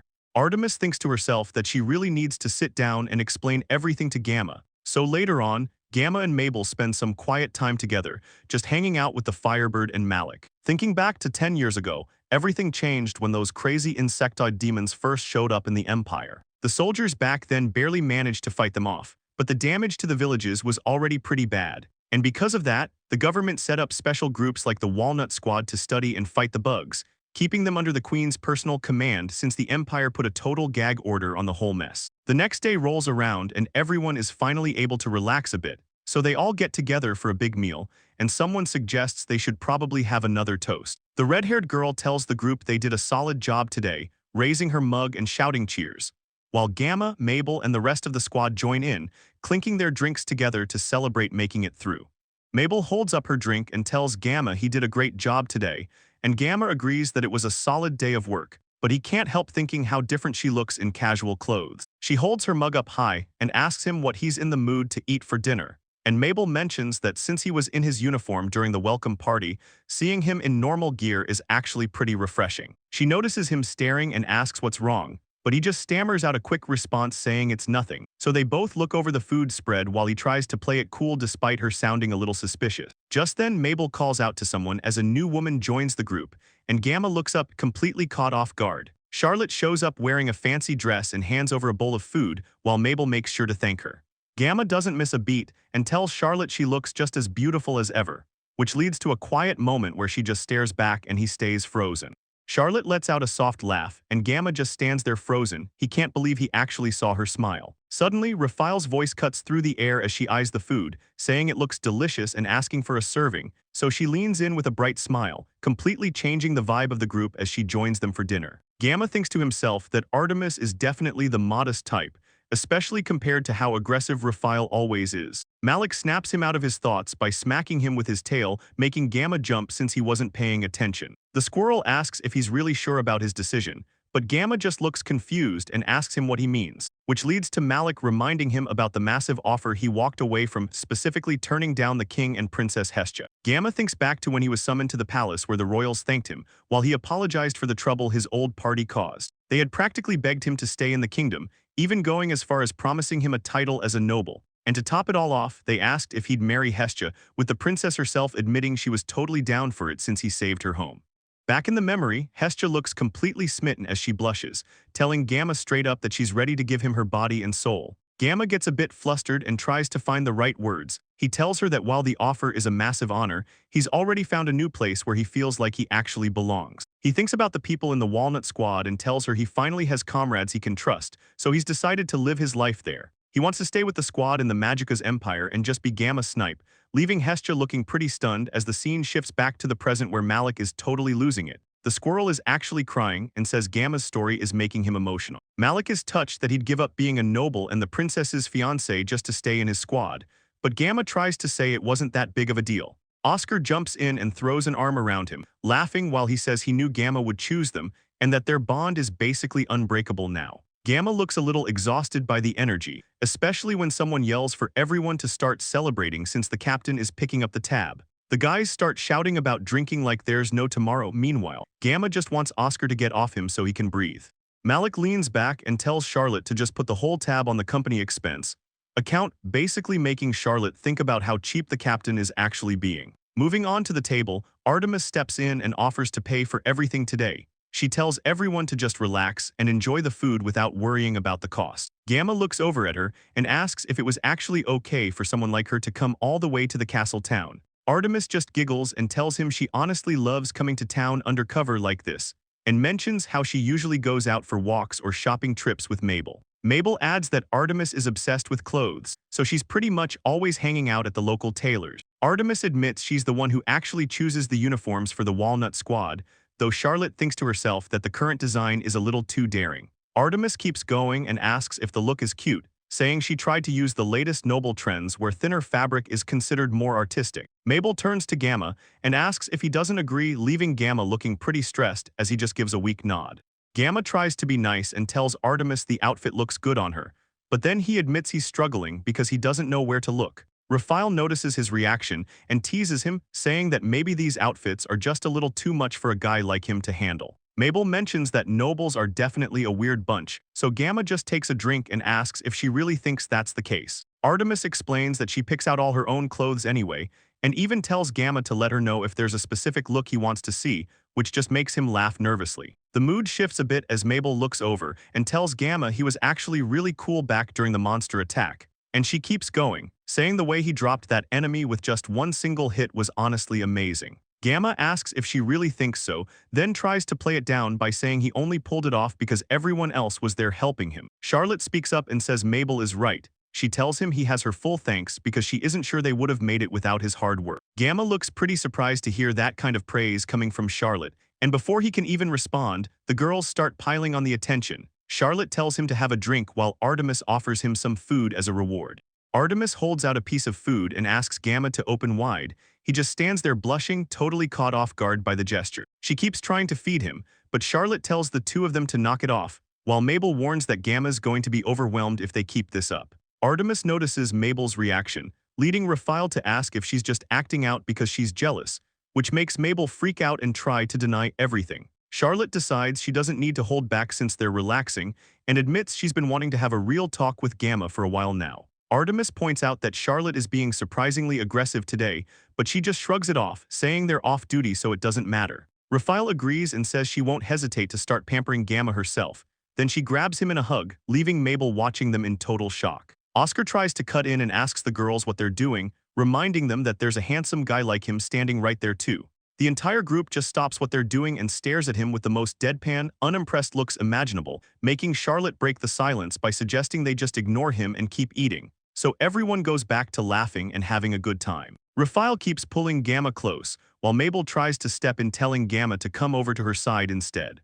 Raphael laughs and tells Gamma that being shy can't be helped, while Malik just tells him it's time to grow up and face reality, which pretty much ends the party. The group starts wrapping things up as the city lights glow, with everyone agreeing it's finally time to head home and stay safe. Charlotte steps up and says she and Oscar will handle getting Artemis home, while Mabel turns to Gamma and asks if he can walk with her. Charlotte mentions she has no choice but to take the captain back herself, which makes Malik freak out and wonder what's going on with her weird vibe. As the rest of the group splits off, Gamma asks Mabel if they should get moving too, and she's totally down for it. While they walk, Gamma starts getting in his head about how he spent the whole day just staring at Mabel and the other girls in their normal outfit. He can't stop thinking about how Charlotte and Raphael were literally feeding him earlier, and it's clearly making him feel some kind of way. He looks down, feeling a huge wave of guilt because he realizes he hasn't followed a single rule his hunter clan raised him with. He remembers the old lessons about how a hunter doesn't look for praise and should just stay calm and wait for the right moment, but he ends up muttering an apology to his people for giving in to his own selfish wants, leaving Mabel confused as she asks what he's talking about. Mabel brushes off Gamma's confusion and tells him it's nothing, then asks him to hold out his hand so she can give him something special. She places a tiny lucky charm in his palm, and it turns out it's a little bird. Gamma looks at it closely and asks if it's supposed to be a phoenix. Mabel explains that since he's so strong, he probably doesn't even need a charm, even the captain said as much. But she worries because the Walnut squad is always taking on such dangerous missions. Gamma smiles softly and thanks her, promising her that he'll treasure the gift forever. The night stays quiet over the kingdom of Gate, but things aren't so peaceful everywhere else. Over in another part of the city, Mard is groaning in pain. He's covered in cuts and bruises, looking like he just went through hell. He mutters about how that queen was acting all sweet, calling the whole thing a nightmare. It turns out Princess Hestia is the one behind the beating. She tells the guys that because they exiled Gamma, he's ended up in the hands of the Magicus family, and she's never going to forgive them for it. Mard is losing it in his cell, swearing to himself that absolutely nothing is going his way lately. But then a clinking sound from the bars catches his attention, and he stops mid-sentence, looking back over his shoulder with a totally confused face. He just stares for a second before asking what's actually happening as he spots the heavy lock just sitting there on the floor, completely open. He's in total disbelief, asking himself if this is for real and if the door is actually unlocked, so he starts to get really nervous, wondering if the whole thing is just some kind of elaborate trap. He looks down at his shackled feet and realizes that even if it is a setup, it's still better than rotting away in this room. He grabs the bars and shoves the door open with everything he's got, yelling that he's definitely not ending up dead in a place like this. In a dark, high-tech city, insect-like monsters fly past giant towers. Inside one of the buildings, someone asks Yusrika what she's watching so closely on the screen. Another guy joins in, mocking her by saying that watching the hunter trash her mech was a total masterpiece. Yusrika gets pissed off immediately, turning around and telling the guy to just shut his mouth. Just then, a shadowed figure walks into the room, complaining about how noisy everyone is being and asking what the big deal is. It turns out to be a guy named Dorafura, who says Yusrika is just crying because her unit got wrecked. He decides he's going to be the one to head out this time, since he wants to have a little fun with that hunter himself. Yusrika's superior tells her to do whatever she wants, so she just gives in and tells him fine. She's actually pretty shocked he's letting her off the hook so easily. A guy from the demon insect tribe named George leans in with a creepy look, saying he's actually found something way more interesting to mess with. One of the other insect soldiers sounds confused, asking George if he actually managed to find a human who's stronger than a hunter. George looks at a screen showing Gamma's silhouette and says the kid isn't actually strong, he's just really stubborn, which makes the soldier lose interest immediately since he hates weaklings. The soldier tells George he's a total weirdo as he walks off. George just tells him to suit himself, because he's definitely doing things his way. He reaches for a console and says that since that's the case, he's going to go ahead and launch his unit. A massive mechanical insect machine starts grinding into gear, preparing to head out for the mission. The giant metal bug takes off into the sky, flying fast across the open landscape. Meanwhile, things are looking pretty peaceful over at the massive towers of the Magicus Empire. Mabel shows up in a maid outfit to check on Gamma and Charlotte after their workout, telling them they did a good job training and asking if they want some pudding she made. Charlotte thanks Mabel and says she's going to dig in, while Mabel tells her to eat as much as she wants, making sure everyone is fed. Gamma says the food is great and asks Mabel if she bakes often, and she mentions cooking is just a hobby, But then Oscar Wilder walks in and announces he's finally back from his job as an examiner. Charlotte tells him good job, but Oscar looks a bit tired and mentions the practical exam took way longer than expected. Charlotte asks if he found someone talented, so Oscar starts to explain the situation looking like he's got a bit of a headache from the whole thing. He says the girl kept acting like she was some big-shot S-class adventurer, so he was expecting a real fight, but it turns out she was so weak it was almost funny. Even so, she wouldn't stop demanding the highest rank, which meant Oscar had to keep beating her down until she finally gave up. Gamma just watches him, thinking the guy is low-key terrifying. Charlotte asks what rank she actually got assigned, and Oscar tells her he just dumped the girl into C rank, because the C rankers around there are all total weirdos anyway, and he's not even sure if she can keep up with them.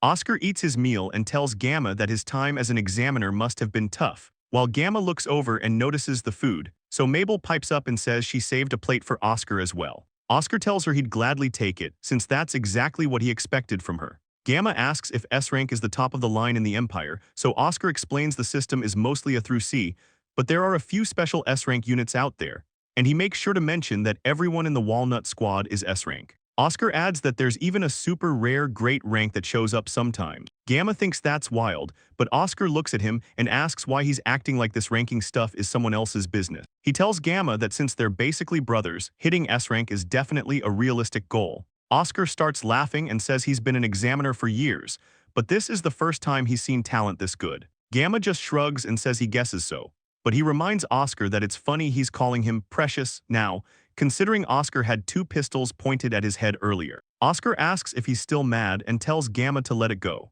He explains he just hasn't seen a kid that strong in ages, so he just got a little overexcited. Gamma gives in and says he'll hand over his portion of the pudding too, and once he says that, Mabel wonders where Raphael went off to. Charlotte explains she actually sent Raphael to go grab Richter, since she hasn't had the chance to introduce the guy to Gamma yet. Gamma's never heard the name, so Charlotte explains Richter is a shadow collaborator for the squad who spends all his time locked in a lab, barely ever showing his face. Artemis apologizes for the wait, while Raphael shows up complaining about how much effort it took to drag him out.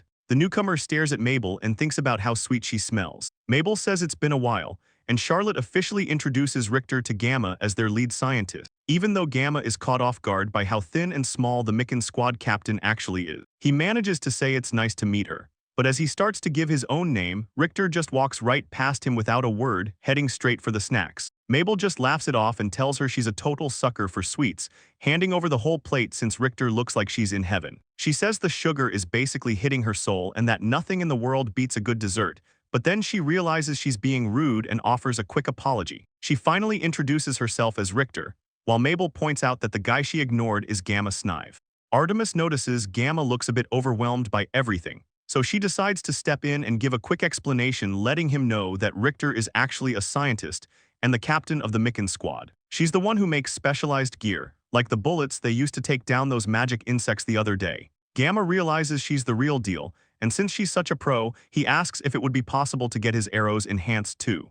Richter seems to finally take an interest in him, asking if he's actually a bow user. She doesn't waste any time and tells him to hand over the weapon so she can check it out for reference. Gamma agrees immediately, handing it over, but as soon as she gets her hands on it, Richter is stumped. She's never seen this kind of material before and asks what it's even made of, so Gamma tells her his grandpa just called it an elven bow. He mentions that according to the stories, it was crafted by forest fairies, which really gets Richter's scientist brain moving. She tells him to give her a little time to look into it, and Gamma tells her he's counting on her, leaving him standing there a bit confused as she just walks away. Gamma notices Richter staring and asks if something is wrong, but she just keeps her eyes on him, saying she's interested in his look and tells him he needs to come to her lab next so she can check out every single inch of his body. Gamma is completely caught off guard, asking what she even means by that while Raphael teases Mabel by asking if she's getting jealous. Mabel just ignores the joke, noting that it really looks like Richter has taken a liking to the kid, and as Richter walks off, she tells Gamma she'll be in his care. He's still a bit shaken, but manages to say he's looking forward to working together, before the scene shifts over to the massive industrial base of the Magica's Empire C-rank garrison, where Murd is already making himself at home. He looks over at the soldiers nearby and realizes one of them is the rookie Oscar mentioned, so a big guy named Gatto steps up with a smile and introduces himself. Murd isn't interested at all and just gives him a cold grunt, then reminds everyone that he's an S-rank adventurer. He makes it clear he has no intention of playing nice with a bunch of C-rank losers, leaving the other soldiers whispering about his trash attitude. One guy mentions that word is going around about Murd being a branded criminal back in Geton, but the red-haired girl in the hood says it doesn't matter if he's a criminal or not. To her, as long as he's strong and fights for the Empire, they don't have a problem.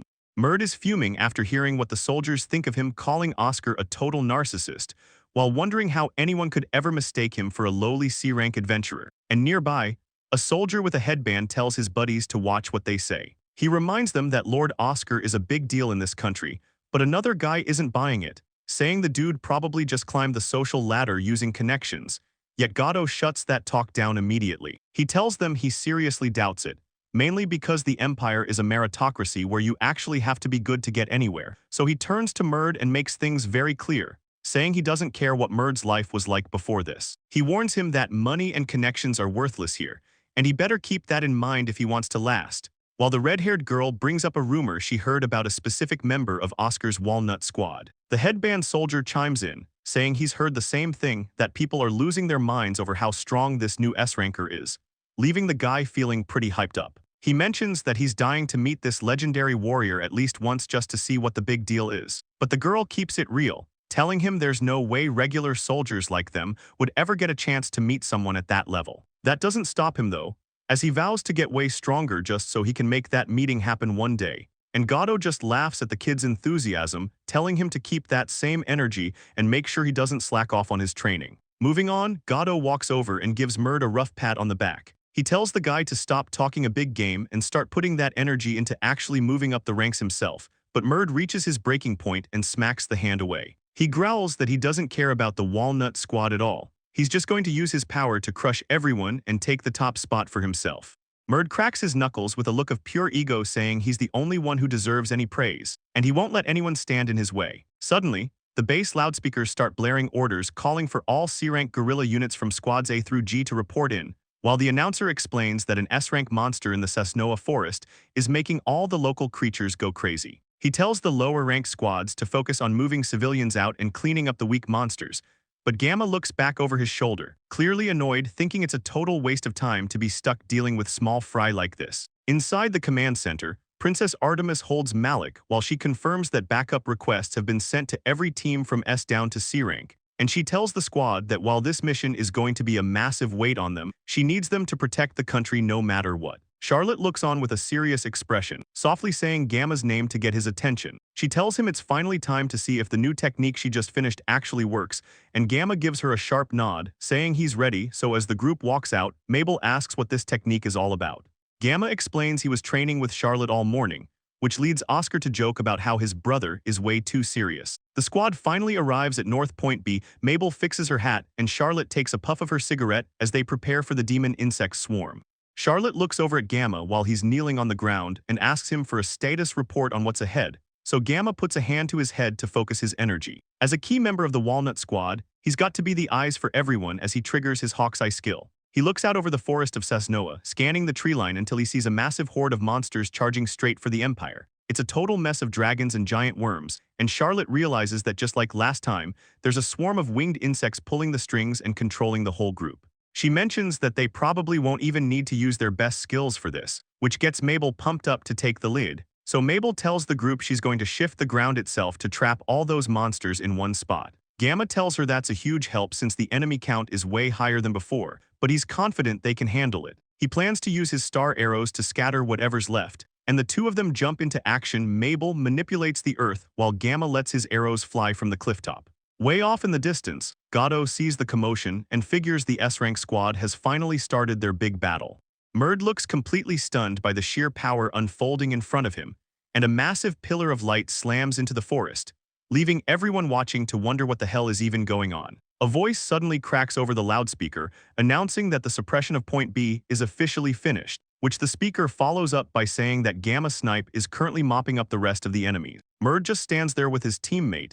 He can't even process what he's hearing right now as the name Gamma keeps ringing in his head, making him question everything. He thinks there's no way it's the same guy, wondering how he ended up in this country and how he's suddenly S-rank. His face tightens up as he glares ahead, clearly frustrated by the news. but Gato yells at him from behind to stop spacing out and start paying attention to his surroundings. Murd tells him to shut it and swings his axe. He's determined to prove he can handle these monsters all by himself. A whole pack of those dark wolf monsters comes charging out of the trees, and Gato steps up to bash one in the face with his shield, telling Murd he isn't impressed by his rookie lone wolf routine. The woman in the squad joins in, complaining that they have way more work now because Murd won't stop acting alone. She keeps going, telling him it's honestly a miracle he even made it this far in the first place, while the guy with the headband starts mocking him, saying he only ended up here because he couldn't hack it anywhere else. The guy calls Murd total dead weight, which makes Murd absolutely snap as he screams back at them. The swordsman tells everyone to just drop it, warning that losing focus like this is a good way to get killed. Back with the other group, Mabel gives Gamma a big smile and tells him he did a great job out there. Gamma plays it cool, saying they only handled things so easily because of Mabel's help, but Charlotte says the plan now is for Oscar to snipe the remaining targets while Gamma uses Hawkeye to track down the insects. A huge explosion or impact tears through the trees in the distance, and Gamma watches the smoke rise with a look of total disbelief, wondering what that thing could even be. He realizes with a jolt that Malik and Oscar are right in the middle of that mess, so he sprints toward the danger while Mabel calls out his name from behind. Malik is desperately trying to shake Oscar awake, but the guy is looking rough and barely conscious. Oscar finally opens his eyes, immediately sensing that the situation is turning south fast. Malik keeps yelling for him to get up just as Gamma finally reaches them in the clearing. Looking down at his burnt and mangled arm, Oscar apologizes and tells Gamma he can't even fire his gun anymore. Gamma is visibly shaken and asks if he's alright, but Oscar is more focused on the bigger picture, stating that the enemy seems to know their every move, as if they've been studying how they fight this whole time. Dorafura confirms Oscar's theory with a shout, appearing in a massive new mechanical form that looks like something out of a nightmare. The machine's central eye starts glowing with intense energy and fires a massive beam right at them. Gamma grabs Oscar and Dives out of the way just as the ground gets vaporized, but he quickly recovers and slides into a stance, staring the monster down while Dorafura watches him from behind that creepy mask. The demon explains that he's actually spent time analyzing footage from their last big fight. Gamma can't believe they've been recorded, but Dorafura just laughs it off. He mockingly asks if Gamma wants to hear exactly how he thinks this fight is going to play out, and points out that he knows the whole plan involves using the gun to break the armor so the arrow can finish the job. The giant machine taunts him to come and try to tear its body apart, warning Gamma that if he doesn't move fast, he's going on the offensive. Looking at the massive legs in front of him, Gamma realizes they're in deep trouble since that monster can only be hurt by Oscar's gun, which is currently out of commission. So he's forced to leap back as a giant metal limb slams into the dirt right where he was standing. Gamma barely manages to leap away as one of the machine's massive metal legs slams into the ground, narrowly missing him while he pulls off a clean mid-air flip to get some distance from the giant insect. The demon starts tearing the forest apart with beams of energy, forcing Gamma to stay on the move and keep his head down as he realizes this thing is way faster than any insect demon he's fought before. He tries to stay calm and figure out where its heart is, but something else starts bugging him even more. Even though the monster is right in front of him, he can't sense any life force coming from it, and as he wonders why that is, a voice from his past suddenly calls out his name. It's his old mentor Genkoji, appearing in a memory and telling him to pay attention and listen closely. The old man looks serious as he gets ready to drop some knowledge on his foster son. Genkoji explains to a younger Gamma that in this world, you can't just rely on what's visible to the eye because to be a top-tier hunter, you've got to have way better sight and hearing than everyone else. Genkoji's voice continues in his head, telling him that top hunters have to think deep and look past the surface, because understanding how an enemy thinks is the only way to see what's actually hidden, something Gamma takes to heart as he stays mobile, refusing to be stuck on old ideas while his mentor's voice reminds him to pierce through the lies with his mind's eye. Just then it finally clicks for him, and Gamma realizes the trick just in time, silently thanking the old man for the lesson since he almost totally misjudged the fight. He turns to Charlotte and tells her it's time to pull out that specific technique they've been sitting on, and she just nods, totally in sync and ready to go. As Gamma starts gathering a crazy amount of energy, Dorafura sees the power building and just laughs it off, telling them to bring whatever they've got. Gamma ignores the trash talk and steps in close, lining up perfectly with Charlotte while he focuses on syncing his breathing with hers. He knows this has to be perfect, so he tightens his grip and pours every bit of concentration he has into the moment. Their energies finally start to mesh together in a complete synthesis that links their power into one. With the prep work finished, a glowing crest appears on Gamma's hand as they both call out that it's time to end this right now. The duo unleashes a massive, swirling blast of energy that tears right through the forest in a huge wave of light. Charlotte steps up and shouts out the name of their combined attack, the Absolute Zero Coffin Arrow. She and Gamma are finally letting loose with everything they've got. So Gamma lets the arrow fly, and the power behind it is crazy. It rips through the air as a bunch of sharp energy shards that lock onto Dorafura in the distance. The shot hits home, slamming right into Dorafura's face and shattering that mask of his. He looks completely caught off guard as the ice starts to take over. It turns out that by mixing Gamma's arrow with Charlotte's ice magic, they can pull off a top-tier spell that freezes and seals away anything it touches. Gamma just stands there looking at the massive block of ice they created. He's not celebrating yet because something still feels a bit off about how it went down. He tells the rest of the group to listen up, explaining that he can't feel the guy's presence anymore, which is exactly what happened during their last fight with these things. He starts to put the pieces together, mentioning it's just a guess for now, but he thinks these insectoids might be doing something specific to hide themselves. The scene shifts away from the frozen forest to the dark mountain. Later on, the group makes it back to the imperial capital, Carter, passing through the huge main gates of the city while they sit down together for a break. And Gamma calls out to Raphael to get her attention while she just gives him a warm, friendly smile. Raphael looks over at the group and lets them know Oscar is going to be okay since he's just sleeping it off. And she goes on to explain that the guy missed all the vital spots. She already patched up the burns, so he should be up soon, which makes Gamma feel a bit better. Malik speaks up from the side, telling the group that the guy they're worried about isn't as soft as he looks. Gatto stands there with a heavy look on his face, thinking about his past. He tells Gamma that he went through something just like this once, where he rushed in alone without listening to anyone, and Gamma's eyes go wide when he sees Gatto's bandaged arm or what's left of it, realizing this was the price of that mistake. Gatto admits that for a long time, he was actually really pissed at himself for always being the person who needed saving. But it's night now under the moon, and Gatto explains that was the exact moment he finally figured out where his limits were. Gamma looks down, clearly shaken, while Gatto asks him if he doesn't already know his own limits better than anyone else, leaving Gatto walking away into the dark while he tells Gamma he hopes he can learn to just accept his own weakness too. Gatto keeps walking away and asks Gamma if he's finally ready to admit that he's actually weak. Gamma takes a second, and then replies that he actually had someone in his life who set him straight once, but he quickly follows up by asking Gatto if he doesn't have someone like that, though he admits he's currently all alone himself. Gatto just says he gets it, and Gamma stands there with this look of pure frustration and focus on his face. Flashback to a younger Merd standing over some monsters. His friend asks if he's doing okay and warns Gamma not to do anything extra. The friend says that if Merd is sure he's fine then it's cool, but he really shouldn't be pushing himself this hard. He gives Merd a smile and says he's always around to help out, which just makes Merd yell back that he's totally fine and to stop being such a worrywart. Back in the moment, an axe swings through the air while Merd sits there thinking about how it's way too late to be realizing things now. He realizes he was just leaning on Gamma's kindness this whole time because he couldn't stand how pathetic it felt to always be the one getting saved. Merd looks up at a massive monster covered in crystals, finally admitting to himself that he was just jealous of Gamma's strength. Mard sits alone on a fallen log, gripping his axe while thinking about how he just wants to get stronger. He stares off with a serious look, wishing for the kind of power that would let him surpass everyone else. Suddenly, a voice comes out of nowhere and asks him what the point of being strong even is. Mard jumps and looks around, totally caught off guard by the strange figure that just appeared behind him. He yells out to ask who the hell the guy is. The dark figure just laughs and says he's actually there to scout him. The stranger leans in close and whispers that strength is just a fleeting thing that doesn't last, which scares Mard enough to make him spring backward and grab his weapon to keep some distance between them. The guy doesn't move, just saying that humans are destined to die and that anything that isn't permanent is basically meaningless. He holds out a hand and tells Mard that if he really wants power that badly, he'll grant it to him, but there's a catch. Mard is left standing there completely lost, as the guy asks him if he'll help out with some research.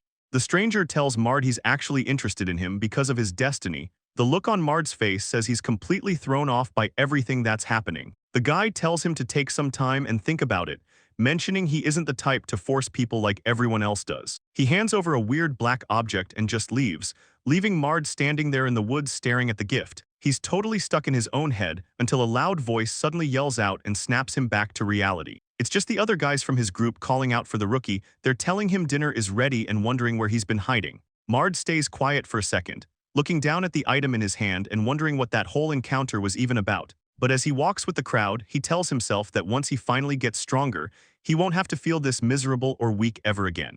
Even when people tell him he isn't a burden, it clearly eats at him and makes him want power even more. The scene shifts over to a lakeside town that serves as a special training and vacation spot for S-rank soldiers. Gamma and the rest of the Walnut squad show up at the facility. They're all dressed down and ready to start their training. Raphael gets ready to start the session, telling Gamma it's time to go. Gamma agrees and starts prepping his bow for a synthesis move, while the rest of the crew stays back near the waterfall. Charlotte and Mabel keep a close eye on them from the sidelines. Raphael is acting as the squad's medic for this run, but right now she's taking the lead on this weird training. Gamma closes his eyes and tries to focus. He's told to put all his mental energy toward Raphael, imagining his own spirit moving through the air as he tries to sync up. But Raphael just starts giggling at him. She looks at his nervous face and tells him there's no reason to worry. She explains that this kind of thing is her specialty, so she knows the process better than anyone. She tells Gamma to just relax and leave his whole body to her, which makes things feel way more intense. She promises to be gentle, but Gamma is totally lost and starts to freak out when he realizes what she's actually doing over by the trees. Charlotte watches them and notices that Gamma is completely failing to concentrate. He's yelling in the background while Raphael clings to him, making a huge scene. Mabel looks pretty skeptical about the whole thing, asking if this is really how they train for a composite arrow. Charlotte doesn't even blink and just tells her that's exactly what's happening. The logic is that they have to connect their hearts to fire the shot. By showing their true selves to each other without hiding anything, their bond is supposed to get way stronger, even if it looks like pure chaos to everyone else. Charlotte mentions that she spent some time looking into the mechanics of Gamma's fairy bow to see how it works with this method. Richter stands there with a toothpick in her mouth, talking about how she read some old books. She mentions that among the elves, there's a legendary secret art that only works when two people connect their hearts. She's actually pretty impressed that Charlotte even knows about something that obscure. Charlotte just listens as Richter walks past, but the reason she knows so much is pretty simple. It turns out Charlotte has elven blood in her veins, so she's grown up hearing all the legends about composite arrows. She explains that since Gamma was looking for a better way to take down the demon insects, they decided it was worth a shot. She gives Gamma a lot of credit, saying they mastered the technique so fast because he's naturally good at adapting to new things. It also helped that she had great compatibility with his elven bow, but there's a big catch when it comes to the current training. Charlotte looks at Gamma, who's clearly struggling, and says that connecting with Raphael on an emotional level is going to be a massive challenge, even for him. She drops a major secret and explains that Raphael is actually a half-demon succubus. Her whole deal is appearing in men's dreams to drain their energy and desires, which makes this training way more dangerous than it looks. Charlotte points out that unless a guy is a total pro at romance, he's never going to be able to handle opening his heart to a girl like her. It's basically just sensory overload. For a young guy like Gamma, the level of stimulation he's getting right now is just way too intense for him to keep his cool. Mabel takes all this in, finally realizing why the training looks so chaotic and why Gamma is losing his mind. It makes sense now, but Charlotte isn't done yet. She thinks back to their school days and mentions how Gamma was always the #1 guy every girl was interested in. Despite all that popularity, he's still clearly out of his league here.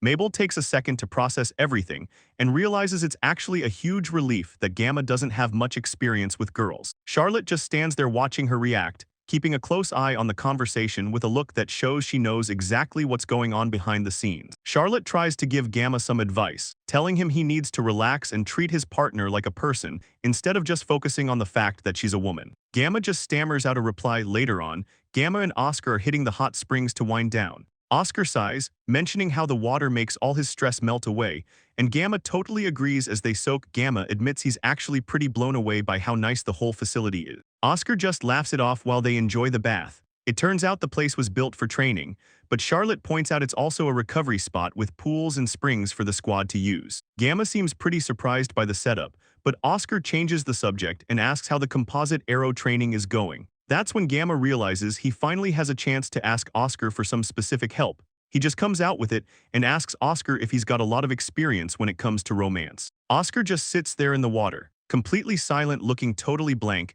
as he asks Gamma what could have possibly made him bring up a topic like that out of the blue. Gamma starts waving his hands and panicking, explaining that Charlotte was the one who suggested it. He mentions the idea that becoming a master of romance might be the only way to truly connect with Raphael.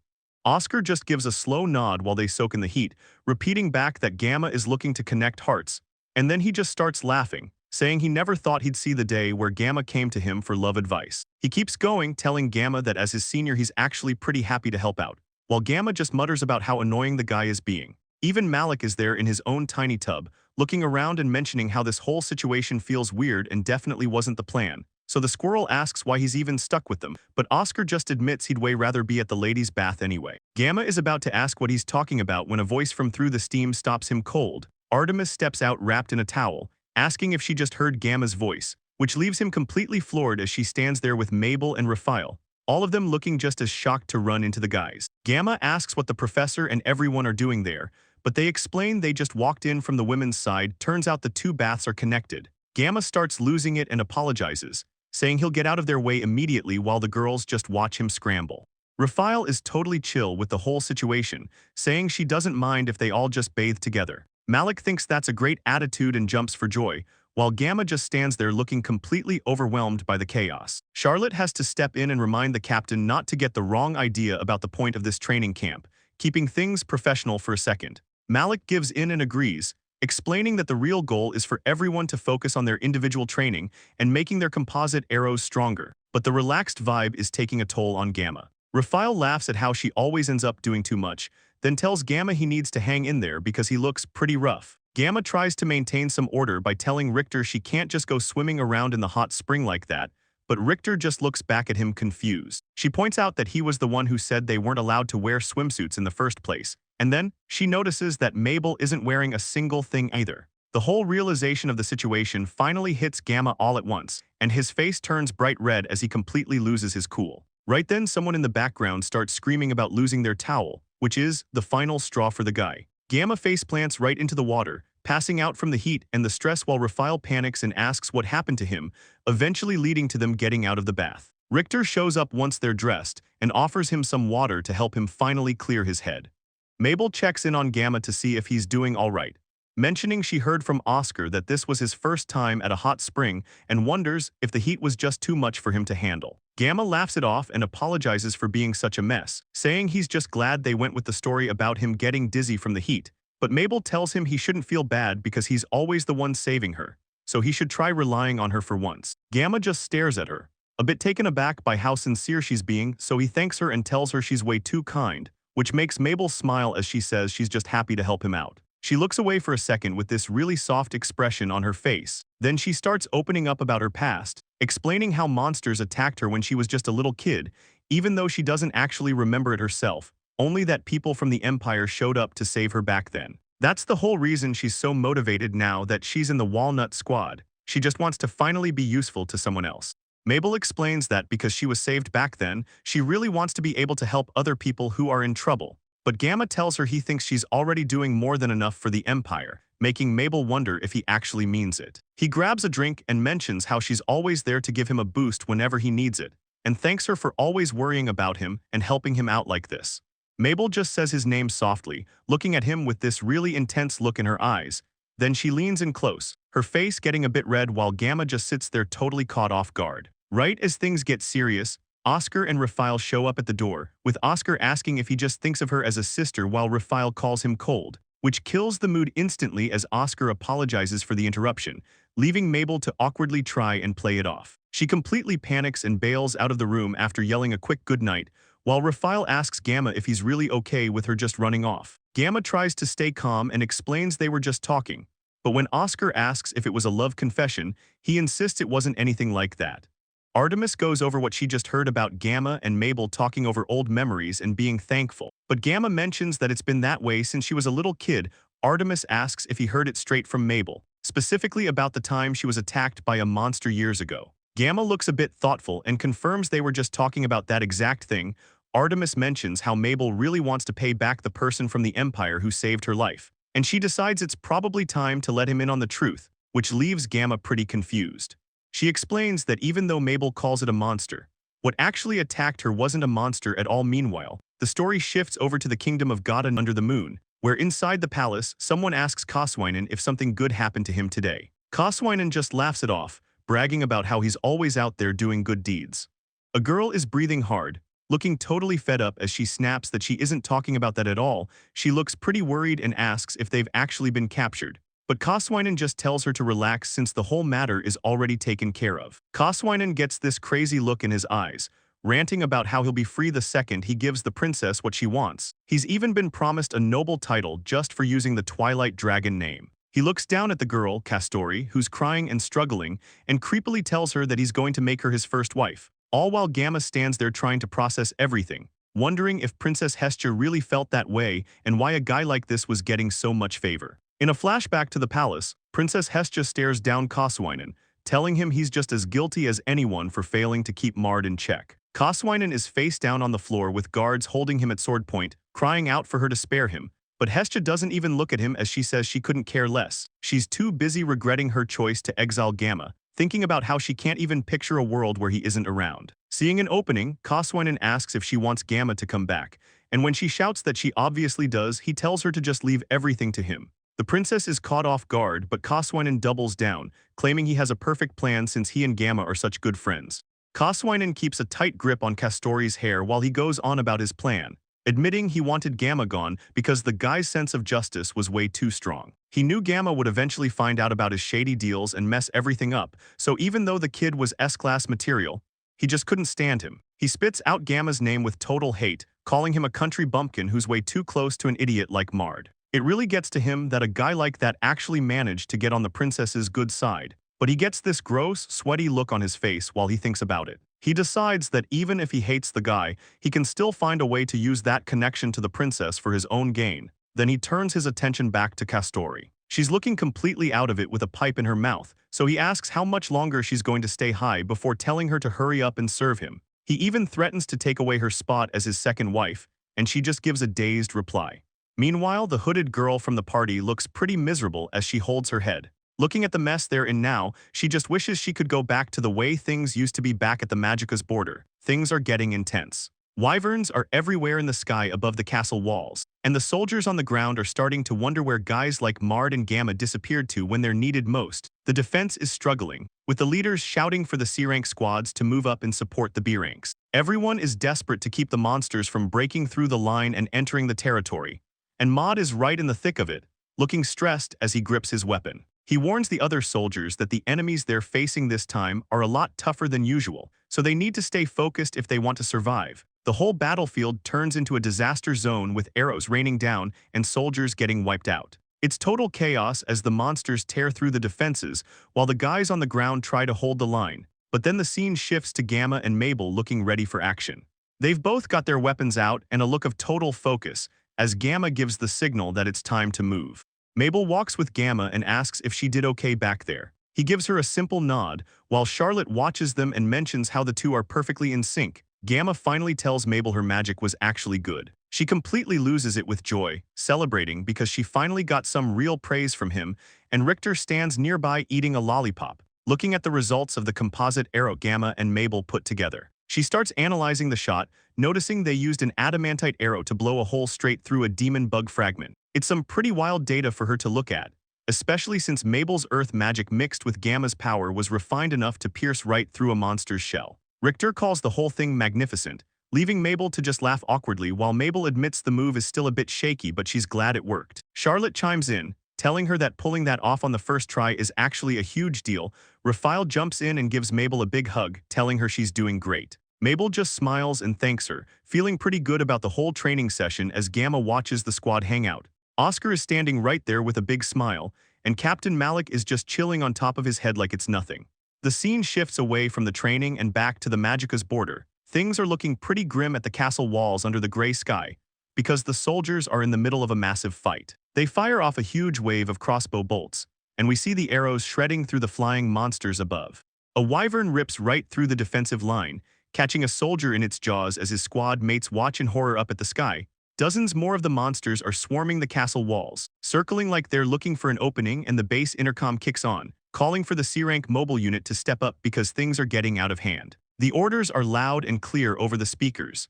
They're told to wipe out every monster that made it past the border, so Mard grips his spear, annoyed that they're basically just cleaning up a mess left by the higher-ranked teams, but he tells the guys it's time to move. He yells out that catching the enemies the B-rank guys let slip through is part of their job, leading the charge as one of the soldiers slams a heavy shield into a wyvern's face, hitting it with enough force to stun the beast, and the rest of the squad follows through.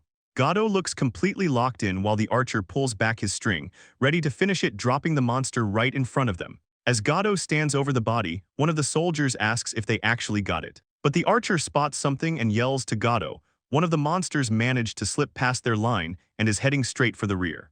A soldier yells out that the rear guard is mostly made of supply staff, so the defense is pretty weak. Artemis realizes that's where Jubei's unit is stationed, and Mard's face drops as the danger sets in. Mard clicks his tongue in frustration, complaining about all the trouble this is causing them. One of the soldiers barely gets a word out before Mard starts shouting for the rookie to move. The squad promises they're right behind Gato while Artemis calls out his name. Everyone rushing toward the sky where even more monsters are swarming over the fortress walls, and things are looking worse. As Mard runs toward the smoke, he calls out Jubei's name and hopes he's still okay, reaching the main building of the rear base where everything seems quiet. Mard can't believe what he's seeing. The ground is covered in bodies and monsters are everywhere, leaving him standing there as the monsters feast, realizing he didn't make it back in time to save them. Mard just stands there frozen as he watches a giant black bird pick at a body on the ground. His whole face goes pale, and his eyes go wide as the reality of the situation hits him. The scavenger birds start flying off into the sky, carrying away whatever they could grab from the remains. He completely loses it, throwing his head back and screaming in total despair while tears and sweat pour down his face. He tries to tell himself there was nothing he could have done, but the thought of being too late keeps eating at him. It reminds him of Deku, and how he turned around just in time to see the kid getting crushed by a volcanic turtle. Mard keeps repeating that it's not his fault, trying to convince himself even though he looks totally broken. Everything is going wrong and he starts wondering why he's so useless whenever things actually get serious, and he asks if this is really how it ends, feeling like he's reached his limit. Suddenly he remembers his father telling him not to worry and to just leave everything to him. Mard remembers back to his academy days, standing there looking stressed as his father tells him his graduation at the top of the class is already rigged, and his dad keeps going, saying that as of today he's the leader of the Twilight Dragon. He tells the kid if he's not strong enough, he can just use money to buy whatever power he needs. The memories keep coming back, his father asking about some tavern fight with his friends and making it clear he won't let anyone get away with humiliating his son. He reminds Mard that their family is a big deal in the noble world, promising to ruin anyone who stands against him by cutting off their trade back in the present. Mard stares at his own hand on the ground. He realizes his dad handed him everything, the money, the grades, and the status, so it only makes sense that he can't do a single thing for himself now. He starts crying, admitting the real him is just a weak guy with bad grades who never actually wanted a life built on lies. Even though he acted like a big shot with all those medals, deep down he just wanted to be actually strong, but now he's just screaming on the ground as the scavenger birds swarm him. His axe is dropped and he's completely defenseless. The birds start pecking at his face and eyes, and he can't even move to stop them as they tear into him. Names and scribbles flash through his head while he lies there covered in blood and tears, totally broken at the end. A black tool falls through the air, heading straight for a mess of dark ink splattered across the ground. Gamma stands by the railing under a thin moon, staring out at the dark water while everything stays quiet around him, and he looks at his hand, thinking about how Mabel called that thing a monster. Artemis corrects him, saying it's actually a member of the demon insect tribe, and it's wild to think Mabel was a target of theirs back in the day. Artemis looks pretty down as she explains the attack was so nasty that the Walnut squad's medic had to step in. They actually locked away all of Mabel's memories of the whole thing so she could just live a normal life without having to deal with that kind of trauma ever again. She mentions how shocking it was to see the demon insects pop up again after 10 years of being gone, and now the whole squad is stressed that Mabel might start remembering what happened, but Gamma isn't as worried. He brings up Raphael, who took over that memory technique, and says she's pretty sure the seal won't just break on its own. Artemis agrees, noting that Mabel has no clue she was ever even jumped by those creatures, or that her brain was basically wiped of the worst moments of her life. She says they've been trying to keep an eye on her from afar, and asks Gamma if he and his crew could help look out for her too.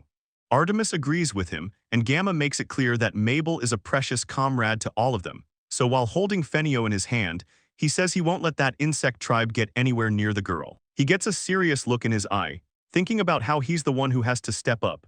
A vision of a demon insect's mask smashing into pieces flashes through his mind as he tells Artemis that he's going to protect Mabel no matter what happens. Artemis looks at him with a soft smile and gives him her word that she'll do the same. Later on at the Magica's Empire training grounds, the morning light is just hitting the targets. Gamma is already there in his Walnut Squad tracksuit, checking over the equipment and thinking how he needs to use what he learned at camp right away, so he's ready to go all out starting today. Suddenly, Oscar shows up and leans against the wall, asking why Gamma is out here training so early.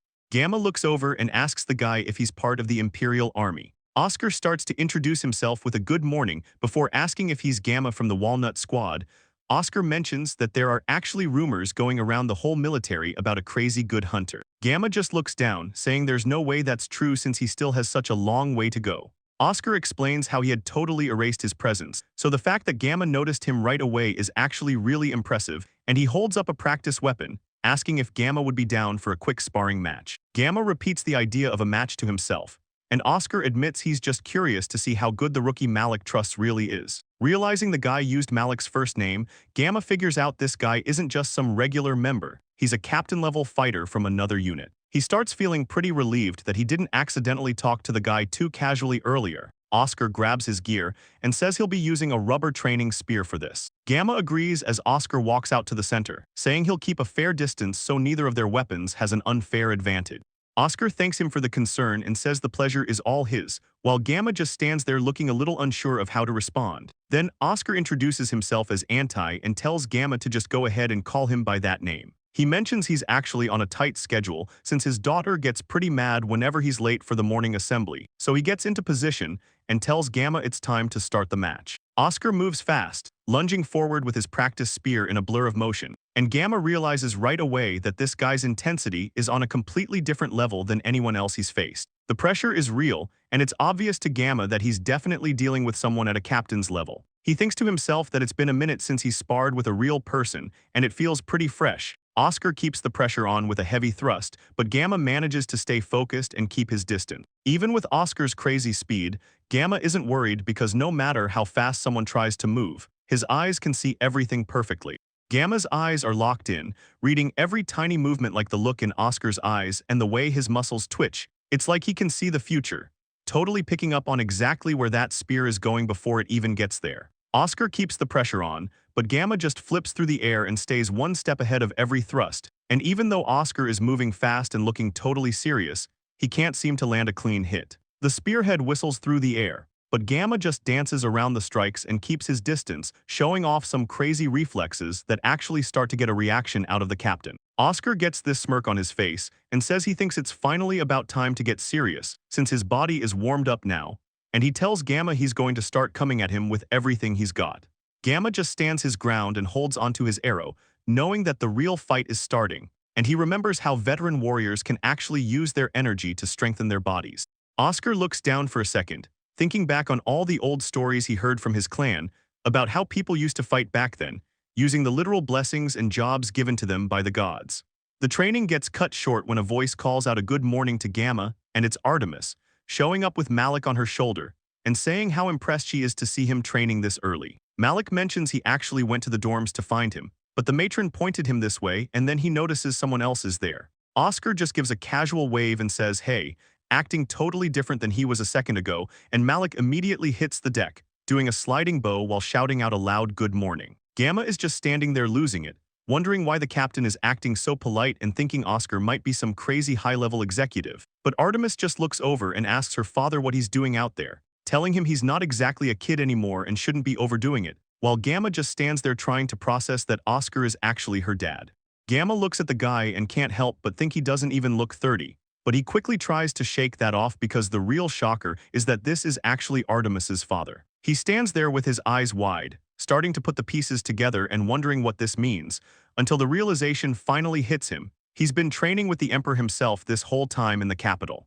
Later at the palace, Gamma is down on his knees begging for forgiveness for being so disrespectful earlier, but Oscar just tells him to relax since he's the one who invited him over. Oscar gives him a sincere apology for lying about his identity, explaining he just really wanted to see Gamma's full potential. And while Gamma thinks that makes a lot of sense, Oscar tells him he can drop the formal act, making Artemis realize they're both a bit much. Moving on, Oscar decides to use this meeting to get serious and brings up some news about the insectoid demon tribe, explaining how the border guards have been reporting a massive wave of monsters suddenly swarming into their territory. The investigation shows that these monsters weren't just attacking, they were actually being chased out of their homes by even bigger, scarier creatures. Right about that same time, a new report comes in from the Imperial Intelligence Unit. They've spotted a massive hostile shadow hanging around the Ulfheim fairy realm, and Oscar believes these two separate incidents are proof that the insectoid demon tribe is finally starting to make a massive move. Gamma asks if they're talking about that forest near the outskirts of the Empire, and Oscar just nods while the fairylands are shown, a place where fairies live that's filled with crazy high levels of mana all year, making it so dangerous that anyone without gear would die in 10 minutes. Gamma can't help but ask why the Empire would just leave a place that's scary alone. Oscar keeps it simple, explaining that the area is actually a massive goldmine for resources, leaving Gamma just repeating the words to himself as he tries to process the idea of a treasure trove, and Oscar confirms it, though he reminds him that the fairy realm is still a seriously deadly place. The area is known as one of the world's 4 major unexplored regions, sitting right up there with the Abyss Forest and the Demon Realm as places humans just don't understand. But Oscar explains that danger and treasure always go hand in hand, so when Gamma asks if the whole realm is just a mountain of loot, Oscar tells him that's exactly it. Oscar explains that the Empire's quick rise to power is actually all thanks to the resources they pull from the fairy realm, and even though it's a super dangerous place, they would never think about destroying the forest since it's worth way too much to them. Malik listens to the explanation and asks if the demon insect tribe is showing up because they're after those same resources too. The king thinks that's most likely the plan, and after seeing Gamma fight earlier, he seems pretty confident in what's coming next. But the conversation gets cut short when a guard suddenly bursts into the room calling out for the king. The guard reports that the demon insect tribe has been spotted in the sky over Sector S and they're flying straight for the capital. But the king doesn't even flinch. He just tells everyone to stay calm and not to worry about it. He lets them know that the capital is protected by a special barrier that's powered by the Holy Grail, explaining that the barrier actually gets stronger depending on how much force hits it. So he orders everyone to stay focused and get into their defensive position. Malik tells Gamma it's finally their turn to do something, and Gamma follows right behind him, ready for the mission. Princess Hestia just stands there with a quiet smile on her face. She mentions how she totally blew her shot at giving Gamma his gift, and while the king agrees, he notices the badge she's holding. Inside the box is a high-end medal, and she explains that she was actually going to officially grant Gamma the S-rank title right then. The king tells her not to sweat it since there's always next time, but then he gets a bit more serious, telling Hestia that Gamma actually reminds him of someone from his past, which leaves her pretty confused about who he's talking about. He explains it's a legendary hero who is an old friend of his, the same guy who saved the world and handed him the Holy Grail. Hestia finally connects the dots, realizing that must be the person her father used to bring up in stories all the time. The king thinks about how it's been decades since he's seen anyone with that kind of S-rank talent, all while Gamma and Malik rush down the stairs to head out. Meanwhile, back in the city, Mabel is standing out in the street taking in the view. She looks pretty happy as she spots Gamma and gives him a cheerful morning greeting. Malik starts the morning by apologizing to Mabel for the early wake-up call, but she's totally cool with it since there's a mission to handle. Malik looks up at Gamma and asks if he can use those hunter skills of his to spot the targets, and Gamma just nods and gets right to work. He activates his hawk eye ability, focusing his vision across the massive landscape. It doesn't take long before he picks up on their presence, reporting that he can feel 2 of them off in the distance. He realizes these are the exact same guys from the demon insect tribe that attacked Gita, making things a lot more personal. So Gamma tells Malik he's going to let a composite arrow fly from right where they're standing. Malik tells him to go for it and not hold back since the barrier will protect everything else. Gamma checks in to see if Mabel is ready, and she's hyped to finally show off everything they practiced during their training camp. While high above the Magicka's region, a couple of those demon insects are already circling in the clouds. These things are basically flying tanks, armored up and moving through the sky like they own the place. And inside their ranks, Usurica is complaining about George's leadership while her crew talks about tearing down the Empire's barrier with pure numbers. George is done playing around, saying that gathering resources is beneath them and they should just go wreck the capital. One of his guys mentions that Usurica's new gear is way stronger than before, so taking over the place should be easy. George just laughs, saying it's finally time to show those lower life forms where they really belong in the world. These guys use these tiny mechanical bugs called buzz that don't just kill people, they actually hijack the bodies. One of the pilots starts screaming for everyone to fear him as he dives into the attack, but George catches something out of the corner of his eye and pauses for a second, wondering what's going on. Out of nowhere, a massive shot rips through the sky and shreds one of their flying machines into pieces. The pilot just stands there in total shock, unable to even process how his ride just got deleted. Panic starts setting in as he yells for his senior, asking what kind of monster could even do something like that. George is shaking now, telling everyone they need to get out of there right now because he knows exactly who is shooting. A massive explosion rips through the enemy as the hunter makes his presence known. It's Gamma, using a special adamantite arrow that Mabel's earth magic turned into a perfect weapon. Back with the squad, Malik gets a sudden update on his headset and announces that all those demon insects in the sky just got dropped. Mabel can't even believe it, but she grabs Gamma's hands, totally hyped that they were perfectly in sync during the fight. Gamma stays humble, telling her he never would have broken those shells without her magic helping him out. He says he wants to keep working on this move to make it even stronger, and Mabel is totally down. Gamma looks her in the eye and says he's going to make sure those monsters never get close to her. Mabel just smiles and says they should practice a lot so they can connect their hearts even more. Gamma just takes a second to process that as the scene shifts over to the quiet city buildings. The scene shifts over to the imperial capital of Carter, a busy city filled with tall stone buildings and old-fashioned cars moving through the streets. Inside a tavern for C-rank squads, Gato stands at the bar and raises his glass, calling out to the room that they're having a toast to Jubei. Charlotte looks pretty down as she stares at her drink, saying it's hard to wrap her head around the fact that even Jubei got taken out. She goes on about how he was a former A-rank soldier. She just can't believe he's actually dead, while a memory of Gamma walking away flashes in her mind. Charlotte mentions that the monsters were already gone by the time the squad showed up, and Gato just takes a big gulp of his drink and says she's right. She wonders who on earth could have killed monsters that even Jubei couldn't handle. It just doesn't make sense to her how they were defeated. Gato explains that on that day, they were so busy helping the wounded that they didn't have a chance to see what actually went down. But he closes his eyes and says the rookie must have been the one who did it, since Gamma was the only person left at the scene. Gato admits that at first, Gamma seemed really distant and hard to talk to, making him wonder if the kid would even fit in with the group. He sets his drink down and tells Charlotte that when things get real, Gamma is the type of guy who truly gets the job done.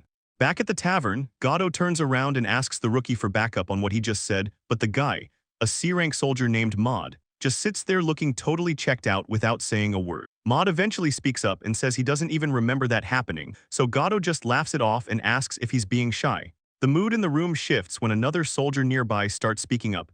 He looks pretty torn up as he says he should have been more on top of things. He covers his face in regret, saying that if his Hawkeye skill had been better, Jubei might not have ended up dead. Gato asks what he's even talking about, while Charlotte tries to comfort him. She says he did his best and reminds him that those eyes are still human at the end of the day. The soldier can't stop crying about failing even though he's a hunter, and Gamma just stares at him from across the room, which leads to a heavy silence as the thought of what it means to be a hunter hangs over everyone. It's a title that carries a lot of weight, maybe too much for some to handle. Deep in the shadows, a mysterious figure watches from the dark and mutters about how much they absolutely hate hunters. The mysterious figure in the shadows whispers about how much they absolutely hate hunters. It's creepy as hell. And they decide that for this specific case, the word hunter is going to be the secret keyword. They lean in close to Maud, telling him that with this one word, they're setting a mental trigger before asking if he's even ready, and then they just say it hunter over and over until it sticks in his head. Back in reality at the tavern, Maud groans and slumps over the bar, looking like he's in serious pain with his drink spilled everywhere. Gato sees him struggling and jokingly asks if the alcohol finally got to him, while Maud just mutters that he's only a little out of it. Charlotte tries to be helpful, telling him not to pass out on the floor and asking if he can even stand up on his own, when suddenly a massive, sharp insect leg crashes right through the roof, sending everyone scrambling as the whole place gets wrecked. The rest of the guys in the tavern can't believe what's happening and just stare up at the ceiling in total shock. While outside in the ruins, the monster stands over the rookie, who looks like he's finally snapped out of whatever was holding him back. The massive mechanical centipede monster drags Maud high into the air, its segmented body stretching up into the night, and as his face twists into a creepy smile, all Maud can think about is how much he hates humans and wants to kill every last one. But deep down, he's actually terrified because he can feel himself slipping away, and he knows he's completely losing who he used to be. The story shifts back to the imperial capital of Carter during the downfall, where the fancy buildings stand over the dark tunnels, and Maud is down there in the shadows, realizing with horror that he can't change back to his human self anymore. He stares at the insect parts growing out of his uniform, wondering what the hell happened to make him look exactly like a monster, while thinking back to a time when he was desperate and surrounded by enemies, never imagining his life would turn out like this. In a flashback, a voice from the dark tells Maud it's been waiting for him to arrive, explaining that a special door opens for those who want power. The mysterious figure sees that Maud is basically on death's door, but promises that he's going to fix him right up, so even though he's covered in blood and barely hanging on, Maud just nods and accepts the deal. Maud wakes up sitting on a cold lab table and asks George if he's the one who healed him, but George just gives a vague reply, explaining that he only did it because Maud is such a valuable test subject for the research he's running. George officially welcomes him to the laboratory, sounding almost happy as he introduces himself as a scientist, telling Maud that his work involves studying monsters and the very fabric of spacetime. which leaves Mard staring back in total shock. George tells him to relax since they're in a safe spot that's completely cut off from the outside world, and since a whole day here is only a second back home, he tells Mard to just make himself comfortable for a while. Mard looks down and brings up the research George mentioned, seemingly uninterested in resting, asking what he needs to do to help out, because he's ready to cooperate as long as he gets what he wants. With tears in his eyes and a desperate look, Mard begs George to give him power, specifically the kind of strength that changes everything. George just looks at him through his mask and makes a comment about how Mard is being way too impatient. George agrees to grant Mard's wish, but first, he puts him under anesthesia for a long time. And when Mard finally wakes up, he sees a mechanical centipede has been implanted into his body and starts screaming. George greets him and casually mentions that the girl from before is now his partner, explaining that he put a special type of demon insect inside her to help make Mard's future even stronger. Mard calls out to George while sitting on the table, and George just replies that he always keeps his promises. So when Mard begs him for wings, George tells him that he'll definitely make that happen. Suddenly, Mard starts clutching his head and groaning, feeling himself change even though he doesn't have wings yet. And that's when he hears a voice in his head that isn't his, screaming about destroying everyone who looked down on them or hurt its mate. George watches him struggle and says he's just hearing the hatred of the insect, Mukaden, so he should try to get along. Before he begins to explain how things work within the society of the demon insect clan. George explains that in their society, only the top fighters who keep winning in the Colosseum are given wings, allowing them to serve the queen directly, while everyone without wings just deals with constant discrimination. He goes on to say that Mukaden has the power but has been held down for way too long, which is where Mard comes in. And when Mard asks about this mandate, George tells him his own jealousy will keep him alive since the insect feels the exact same way. By mixing their bitter feelings together, the power gets even stronger, so George decides it's time for a durability test, explaining that the demon insect tribe can't live outside because of a goddess's protection over humans, so he's fusing the two races. He figures if the human part of the mix is strong enough, Mard should be able to walk around the outside world just fine. Mard stares back at him, finally asking the guy what he really plans on doing with him, and George just calmly says he wants to create the ultimate masterpiece by combining humans and demons. He's working on that experiment right now, but casually mentions that every single attempt so far has been a total failure. George points at the failed experiments in the glass tubes and tells Mard not to worry, because he won't end up like those guys, and explains that even if those failures are sliced into pieces, they still won't die. But he promises to fill Mard with pure hate before his mind breaks. George just looks down at the scene, acting like the whole thing is pretty interesting as he asks if they should finally start on the finishing touches to help Mard reach his true potential. He points out that the guy Mard is so jealous of is that hunter, since Mard kept saying his name while having a rough time sleeping. So a guy in a military uniform shows up and mentions his own crew is interested in Gamma too, even though he claims he doesn't care about him. George says Mard needs to keep thinking about that hunter so his jealousy stays hot, and Mard agrees with the plan. So George says it is finally time to do this. He decides to use the word hunter as a trigger, setting it up so that specific word will flip a switch in Mard's head. Then he tells Mard, now calling him Carter, to get back inside the barrier of the Holy Grail over in the capital.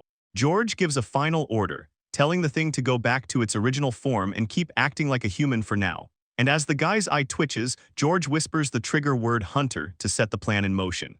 The guy just says George's name as his mind starts filling with nothing but hate. He starts losing it, screaming for the voices to get out of his head while he grabs his head in pain, completely breaking down from the transformation. Giant insect legs burst out of him, and he realizes this crazy power isn't actually what he asked for. But it's too late now, his eyes look totally gone as the monster takes over. Thinking of Gamma, his only thoughts left are about how much he wants to kill and hate him. Moving on to the city, everything seems normal over at the Walnut Squad's S-rank dorm. Mabel shows up and apologizes to Gamma for making him wait. He just says good morning as the two of them head out together. Gamma tells her he's counting on her for the day, and she's totally down to help. Mabel starts things off by asking Gamma what exactly he was looking to buy today. Gamma pulls out a note, explaining that Oscar asked him to pick something up but said Mabel would know more about it, though she seems a bit confused. Once she sees the paper, she recognizes it as the manga Oscar is always reading, which makes Gamma wonder what a manga even is. Mabel realizes he's serious and figures they probably just don't have stuff like that back, so she explains that the Magica's empire has all kinds of entertainment, mentioning how she goes to the movies with Artemis all the time. She realizes they've been so swamped with missions lately that she hasn't had any time to actually show him around the capital. Gamma just laughs it off, admitting he still doesn't really have a clue how this whole city is laid out. The two of them walk through the streets and head toward a massive gated entrance. Mabel notes that the way this place is built is totally different from what he's used to back home. And then she mentions that Richter's grandfather was actually the one who built Carter, the massive city sitting right under the imperial capital. Gamma tries to remember the name Richter mentioned, asking if it was the Jakari family. Mabel confirms they're a big deal and famous for being inventors. The city of Carter stretches out beneath the capital, filled with stone bridges and glowing streetlights. Mabel leads him through the busy streets, pointing out the local landmarks while Gamma just follows along and takes it all in. They finally hit the bookstore, where Gamma picks up a volume and realizes he's finally looking at a real manga. Mabel looks over at him and suggests that since they've already made it this far, they might as well keep the shopping trip going. They head into a clothing shop next, where Gamma starts browsing the shelves and thinks about getting a gift for his grandpa. He spots a nice floral fabric and figures it would look pretty good on Felisa. Mabel is surprised to hear the name, so Gamma explains that she's actually his little sister, a fact she hadn't heard until now. Later on, the two grab a seat at an outdoor cafe to rest, and Gamma thanks Mabel for being such a huge help with his errands. Mabel just smiles back as they enjoy their drinks, telling him she had a really fun time hanging out today. Mabel leans in with a grin and asks if this doesn't feel a bit like a date. She plays it off quickly, but the idea is already out there. Gamma completely freezes up at the mention of a date, while Mabel admits she's never actually been on one and usually just hangs out with Artemis or Raphael. The whole concept starts messing with Gamma's head, and he worries he's going to make things weird if he overthinks what he's even supposed to do. He looks pretty lost, and Mabel just laughs it off, telling him she's in the same boat since she has zero experience with this stuff either. She seems pretty happy about that, letting out a sigh of relief while she watches him. Gamma catches her vibe and realizes they're both just beginners at this, which Mabel is totally fine with. The two of them keep chatting at the cafe, totally unaware that they're being watched through binoculars from the bushes nearby. Oscar sits back and watches the scene, commenting on how fresh and innocent the two of them look. Then Raphael speaks up from behind him. She calls him out on it, guessing that he sent them on this shopping trip just so they could have some time alone together. Oscar just gives a little smirk and plays dumb, acting like he has no clue what she's talking about. Malik watches Gamma and Mabel from the sidelines, feeling a bit nostalgic about how he used to be just like them. Charlotte notices him hanging around and asks if it's even okay for the captain to be out here. The squirrel casually admits he just dumped all the paperwork on her desk so he could bail. Artemis overhears and tells him he's going to end up in a cage if he keeps acting like that. But Charlotte's mind is elsewhere, wondering if the security barrier really is enough to keep everyone out. While a newspaper report about a tentacle monster in the Rista district makes the rounds, Richter calls Charlotte over. She wants a second opinion on a specific bullet and tells Charlotte to meet her at the lab. Once they're inside, Richter shows off the equipment, confident that they finally have enough firepower to take on the demon bugs. She starts to explain the situation, but Charlotte gets straight to the point, asking what's actually going on. She knows that being invited to a private room usually means they're dealing with classified info, and Richter just smiles, impressed that Charlotte caught on so fast. Charlotte adds that it's not every day a shut-in like her invites people over, so Richter hands her a file to look at. Charlotte starts reading through the pages and asks what she's even looking at. Turns out, these are Gamma's old records from back when Richter was analyzing his bow and physical abilities. As they walk through the city, Richter explains that after looking closer at the files, some really weird and interesting data started to show up. Mabel notices Gamma looking a bit distracted and asks him what's wrong. He's actually just watching those three hiding in the bushes, wondering what they're even doing. He thinks about how Mabel hasn't noticed them at all and how much he wants to see his sister, but he just tells her it's nothing to keep things casual. Something crosses his mind while they're sitting there, so he looks at the gift they picked out earlier and decides he's going to send it to his sister along with her allowance. Mabel remembers they're living apart right now and asks if his little sister has any plans to come visit him soon. Gamma explains he's actually planning to have the people in the Empire make some arrangements so he can bring her here for good. Raphael chimes in, saying that even though the girl gets sick pretty easily, her recent letters make it sound like things are finally settling down. Mabel hopes she gets better fast, and Gamma feels okay about it since Felisa is being looked after by the top Imperial medical team. Just then, Mabel reaches out with a small box and tells Gamma she actually has a present for him too. Mabel holds onto the small gift and tells Gamma that while helping out his family is great, he shouldn't forget about taking care of himself too. She thinks he really deserves to get a little reward every now and then. Gamma thinks to himself that a real hunter doesn't do things just for the praise, but he still thanks her. Mabel just giggles and says she figured he'd say something like that, knowing how he is. Just as things are feeling calm, Gamma stops. He senses something weird and looks up. The sound of stone cracking fills the air as the city buildings start shaking. Mabel sees the look on his face and asks if something is wrong, But before he can even answer, a massive mechanical centipede suddenly tears through the city blocks, making everyone on the street freeze and wonder what that thing is. It starts wrecking everything, buildings are collapsing, and people are just losing it as they try to run from the debris. Standing on top of the mess is Mard, now fused with those giant insect machines. He says the screams sound great and crushing people is the most fun he's had in a while. Inside the palace, the king asks for an update on the monsters in the castle town and if the barrier is still holding. Anti looks pretty calm as he tells everyone the barrier hasn't been broken through yet, but looking out at the city, it's a total mess. Someone asks what the hell is even going on while Mard is just floating there, looking completely unhinged as he mutters about destroying everything. He's fully transformed now, telling his giant mechanical legs to destroy, wanting every single obstacle in his path gone for good. The massive centipede monster towers over the buildings and Mard screams out to just wreck it all. Artemis looks like she's panicking and yells to her father about the Grail, right as Anti realizes something is off. He starts to say the barrier is gone, totally wiped out, with flying monsters swarming the sky over the city ruins. Anti immediately orders the deployment of the Artemis Walnut squad, and Artemis doesn't waste a second saying she's on it. Artemis looks on with total focus. She says she's counting on him to handle this, as someone calls out Gamma's name from above the chaotic streets.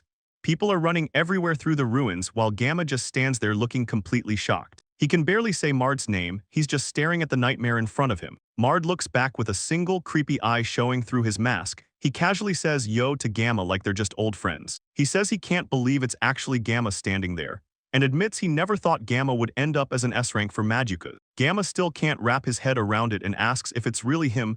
Then he tells Mabel she needs to get back because things are getting dangerous. He hears those weird mechanical clicking sounds coming from Mard's body, and it clicks that the demon insects appearing in Mard had to be planned. He looks up and asks how it even got to this point, but Mard just looks down with a bored expression.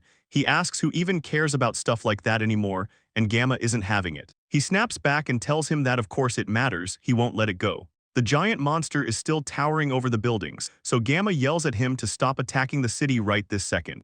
Mard looks down from the massive centipede body and tells Gamma he should just go ask the monster itself about what's happening, because he doesn't really have the answers anymore. Gamma just stares at him, completely lost for words, as Mabel calls out his name from behind. Mard's voice gets serious, telling Gamma he needs to take some advice right now. He's practically buried in those mechanical insect legs as he warns Gamma that he's better off just staying far away from him. Gamma tries to push for more info, asking what he's even talking about, but Mard just snaps at him to do what he's told, letting out a frustrated sigh. He admits that even he doesn't know what's about to go down at this point, so he keeps repeating that he's clueless while Gamma yells back, trying to get through to him before a creepy, sharp-toothed grin spreads across Mard's face and he just mutters the word kill. Suddenly the ground starts erupting. Mabel screams Gamma's name as she throws her hand out, triggering her earth transformation magic, sending massive chunks of rock flying everywhere. Even Mard looks completely blindsided as the whole area just starts blowing up. Mechanical legs snap out and grab onto the debris with a loud crash. Mard starts losing it inside the rock shell, screaming for them to let him out before switching to death threats. Mabel looks totally drained and tells Gamma that this barrier is pretty much the limit of what she can do. She's worried because if Mard really is part of that bug tribe, they're in way over their heads, and she reminds Gamma that the guy was his friend, which makes the whole thing even worse. Oscar and Malik show up right then, reminding everyone that Mard just put the whole city in danger, telling Gamma there's no time to hesitate, even if it's crazy that he actually knows the guy. Oscar explains he got a report from the garrison about a soldier mutating, so he asks if this monster is definitely Mard. Gamma tries to ask how Oscar even knows all this, but Malik cuts him off from the top of Oscar's head. The squirrel captain just smokes his cigar and says the talk can wait. They need to wreck that thing right now. Right now, Refill is busy using suggestion magic to get all the residents evacuated into the underground shelter. But the situation is tense since if that shelter gets taken out, the whole thing is basically over. Mabel thinks they should use Gamma's composite arrows. But since those take way too long to charge, Gamma says they'll have to make do with whatever they can find, mostly because they're stuck without any real weapon. Just then, Artemis pulls up in a truck and tells everyone she brought their gear, ordering the Walnut squad to move out immediately. Malik thinks it's way too dangerous for a princess to be driving herself, while Gamma notices Charlotte is missing and asks where she went. Malik explains that Charlotte is already out intercepting a bunch of dragonfly-type demon bugs that showed up in the north with an A-rank squad. Gamma realizes those are the same ones from the forest, but Richter tells him to relax since Charlotte can handle herself. She explains that the rank guys have new armor-piercing rounds designed to punch through any bug shell they've ever come across. Richter points out that the truck Artemis brought is actually loaded with that same high-tech gear, so she tells the crew to stop wasting time and start gearing up for the fight. Gamma and the rest of the crew stand their ground, looking completely ready for whatever's coming next, because Mard starts crawling out of the rubble with those massive bug legs, warning everyone that anyone who gets in his way is in for a bad time. The guy completely loses it and screams at the top of his lungs, telling them all that he's going to kill them. The squad doesn't wait around and fires off a specialized armor-piercing shell designed to crack through demon bug hide, while Gamma lets a dragon arrow fly, aiming it straight for the monster's head as everything starts to explode. The hits connect clean, and we can see pieces of the monster's mechanical armor getting ripped right off. The red-haired guy thinks they're working together perfectly, and even though Gamma's not a fan of the guy, he admits they're in sync. Looking closer at the fight, it's clear the tentacles are moving on their own to shield the human parts of the body like a weak point. The team decides to switch things up and focus on taking out the tentacles first, and everyone agrees to the new plan. Even with all that magic and firepower, Charlotte realizes she still can't find an opening to land the hit that'll actually finish this. Mard is still going strong in his monster form, telling the group to have a bit more fun before he turns them all into ash. Just then, a massive beam of light hits the battlefield as someone activates a powerful flaming strike that rips through the area. The king suddenly shows up right in the middle of all the wreckage and debris. Charlotte is completely shocked to see him there, and she asks what His Majesty is even doing on the front lines. He just gives a calm smile and says he's glad he made it in time, while Charlotte wonders if that was the legendary sword aura. The king explains that since the country is in a total crisis, he's going to keep fighting as long as he's able to stand. Even as he notices another enemy heading for the underground tunnels and asks if the squad can handle it, they tell him they're on it. Mabel steps up and uses her earth magic to pull together a massive ore golem to help out with the defense. But then she spots a giant mechanical centipede monster pushing through the rubble and heading straight for them. Gamma sees his opening and tells the monster it's done for, because now it has absolutely no tentacles left to hide behind. Looking at the wreckage, she can't help but think about the two people she used to know, back when things were different and everyone was actually happy. She remembers Mard laughing and hanging out with Gamma like they were the best of friends, but now everything is a mess. Looking at them today, it's clear they're both just suffering through this nightmare. And then a massive blast rips right through Mard's monster body, tearing him apart and leaving him completely broken on the ground. Mard looks up with a bloodied face, calling out Gamma's name and admitting he finally realized how strong he really is. He's totally defeated now, asking if this pathetic end is just what he deserves for everything he's done, so he just stares through the tears and tells them to just kill him and end his trash life already. Gamma is stunned to see him like this, wondering why Mard is even crying after all the trouble he's caused. Suddenly, a giant mechanical limb moves into the scene, looming over everything as the situation gets even more intense. Gamma watches in shock as a mechanical centipede tail grabs hold of someone and yanks them right off their feet. Gamma looks completely panicked as he sees what's happening, and someone nearby screams at the monster to let him go, but the monster just tosses him aside like trash. It starts bragging about how it can't be stopped, yelling that it'll just keep regenerating its body no matter what they do, while the massive mechanical limb shifts and locks into its next position. Artemis and Malik can only watch as a giant building starts to crumble. Someone screams out Gamma's name as tons of concrete and steel come crashing down right where he was, and the whole street gets swallowed up by a massive cloud of dust and debris. Artemis is shaking, barely able to believe what she just saw. She whispers Gamma's name to herself while everyone else just stands there in total silence, watching the smoke clear and Malik adjust his glasses, looking pretty grim. He admits he totally messed up and underestimated how strong the enemy really was, so he calls up Richter to tell her that the situation has changed. The word comes down that they're going to burn the entire sector to the ground using their new weapon. Richter looks a bit unsure about the whole thing, asking if they're really going through with it since there are still people in the underground shelters. But the voice on the other end tells her not to worry because Refill already confirmed everyone was moved to the evacuation zone. He says they don't have any other options left at this point, so the driver confirms the orders and heads out. The massive military truck roars to life, speeding away from the ruins to get the job done. Malik stands right next to Mabel as she falls to her knees. She can't stop saying Gamma's name, and her eyes are wide with shock, staring at the spot where the building just collapsed. Someone tells her she needs to calm down, and Malik tries to keep her head in the game by saying Gamma hasn't been beaten yet, but the massive claws of the monster are already coming down on them. Malik screams for Mabel to run for it while the sharp, mechanical legs of the creature slam into the ground right around her, pinning her down. Mabel looks up, her eyes filled with nothing but the image of the monster standing over her, right there in the dirt. A hand reaches out toward the little bird charm that was dropped earlier. Mard looks down with this twisted, creepy grin, acting like he's already won the whole fight. But the captain's eyes go wide as he sees something moving in the dust. He can barely get his words out as a massive, heavy blow suddenly smashes into the monster's face, hitting so hard it actually starts to break the creature's mask apart.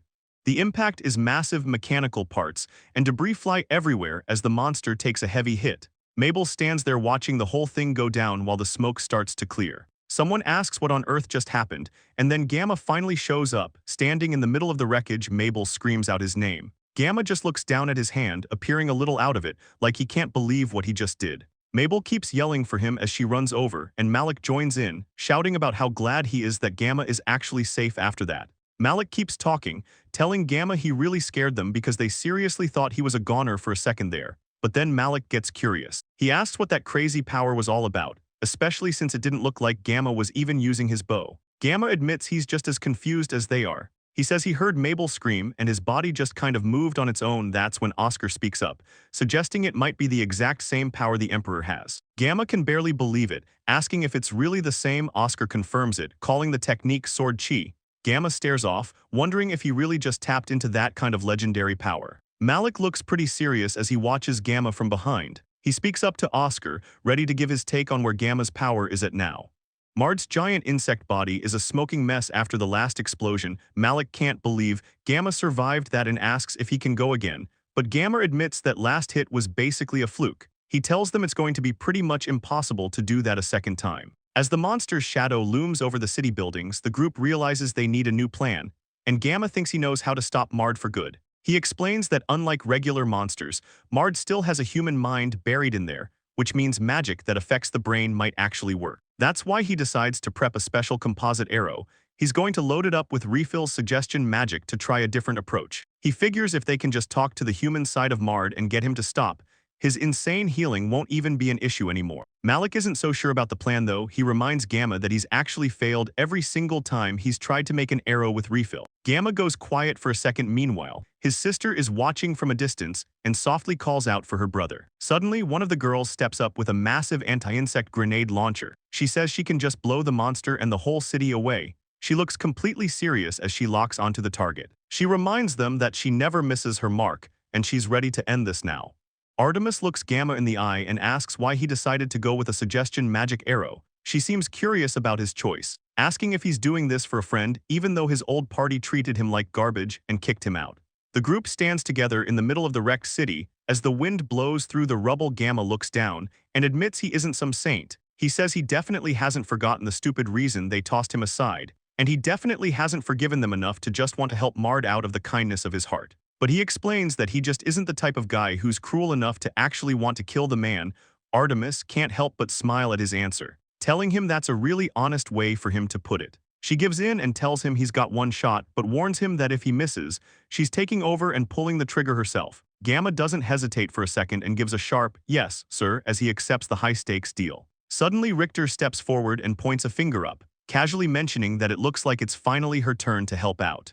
Raphael is called over, and she quickly confirms that she's finished getting all the residents out of the area safely. But Malik isn't wasting any time, apologizing for the rush while asking her how much longer it'll take to prep the special arrow for Gamma. Raphael just gives him a playful look and reminds him that she's a succubus after all, acting like it's no big deal and making a pretty suggestive joke about finishing up the job in just an instant. Richter turns her focus back to Gamma, explaining that the suggestion magic in the arrow actually lets the caster put their own spirit inside the shot. She breaks it down further, telling him he can basically dive into that centipede monster's mind to talk to the girl directly. Gamma just nods and says he gets it. As they prep, she tells him that once he's inside her mental world, time in the real world basically stops, so he doesn't have to stress about the clock. Gamma looks ahead with a serious face, thinking about how much Oscar and Raphael went through just to give him this one fair shot at saving things. He grips his bow tight, knowing everything is riding on him and telling himself he absolutely has to make this work. Right across from him, the massive monster Mukaden stands waiting in the ruins of the city, a total freakish mix of man and machine. Mukaden finally spots Gamma in the distance and yells out that it found him, looming over the ruined city. But Gamma is already set with Raphael right behind him, focusing all that magical energy into a single point as the two of them let the special shot fly, calling out the name of the arrow of the blooming word soul together. The arrow tears through the air like a bolt of lightning, and even though Mukuden sees it coming, there's no way the monster can move fast enough to dodge it. The hit is perfect, slamming right into the centipede's core and blasting it with so much light that the creature just screams as the suggestion magic starts to take over its mind. Everything shifts back to Charlotte, the Walnut Squad's vice captain, who's looking pretty beat up with blood running down her face as she remembers being back at the Empire's underground mining site, calling out for the king. The king of the Magica's empire, just stands there looking completely drained while Charlotte watches him, wondering what kind of nightmare they've run into, especially since even the king's own sword chi wasn't enough to stop it. George smiles behind his mask, telling the king that he's taking every last resource the kingdom has worked so hard to protect. The king stands his ground, calling them nothing but bug monsters before asking how he even knows about the Empire's hidden stash. George admits that usually, information like that would be way out of reach for anyone from the demon insect tribe, but he looks out over the massive underground facility and says everything here is vital for his research, especially the magic ore and warp stones. The scale of the mining operation is huge, fueled by roots from the fairy realm that allow for endless resources to be pulled from the earth, and George explains that he's been waiting years for all of it to pile up, just watching and biding his time. He actually thanks the king and his people for their hard work, since the Holy Grail's barrier kept his research materials safe all this time. The king looks completely unsettled, staring George down and demanding to know who he really is under that mask. George just looks back, wondering if the king is really that slow for not figuring out his true identity yet. Then he finally decides to be polite and introduces himself as George Jakari, standing tall in the middle of the ruined facility. George drops a massive bomb, telling the king that the person responsible for building the Empire's entire underground city was actually him, leaving Gamma standing there in total shock. As the weight of the situation finally starts to sink in, Gamma looks around the dark, empty space and realizes he's stepped directly into Mard's mental world. But everything starts shifting into memories of the old party, and Gamma wonders if he's seeing Mard's past, while a voice asks if Mard regrets failing to save Deku and the others. Mard sits among the wreckage of his own mind, groaning in pain before noticing that the centipede monster is finally gone, just as Gamma calls out to him. Standing with the princess, Gamma tells Mard that he's going to get him out of there and wake him up right now, making the entire mental landscape shift into a vision of a ruined modern city filled with crumbling skyscrapers. Mard looks up at the sky and quietly calls out to Gamma, who just gives him a small nod to show he's listening. Mard finally starts to get real, admitting that he was always incredibly jealous of Gamma and how naturally strong he was, but it wasn't just about power, since Gamma had the one thing Mard wanted most in the world and knew he could never have. Mard keeps talking while looking out at the fake city, telling Gamma that his real strength is way more than just being powerful. Gamma just stands there listening, while Mard admits that he's actually sorry for kicking him out of the party back then.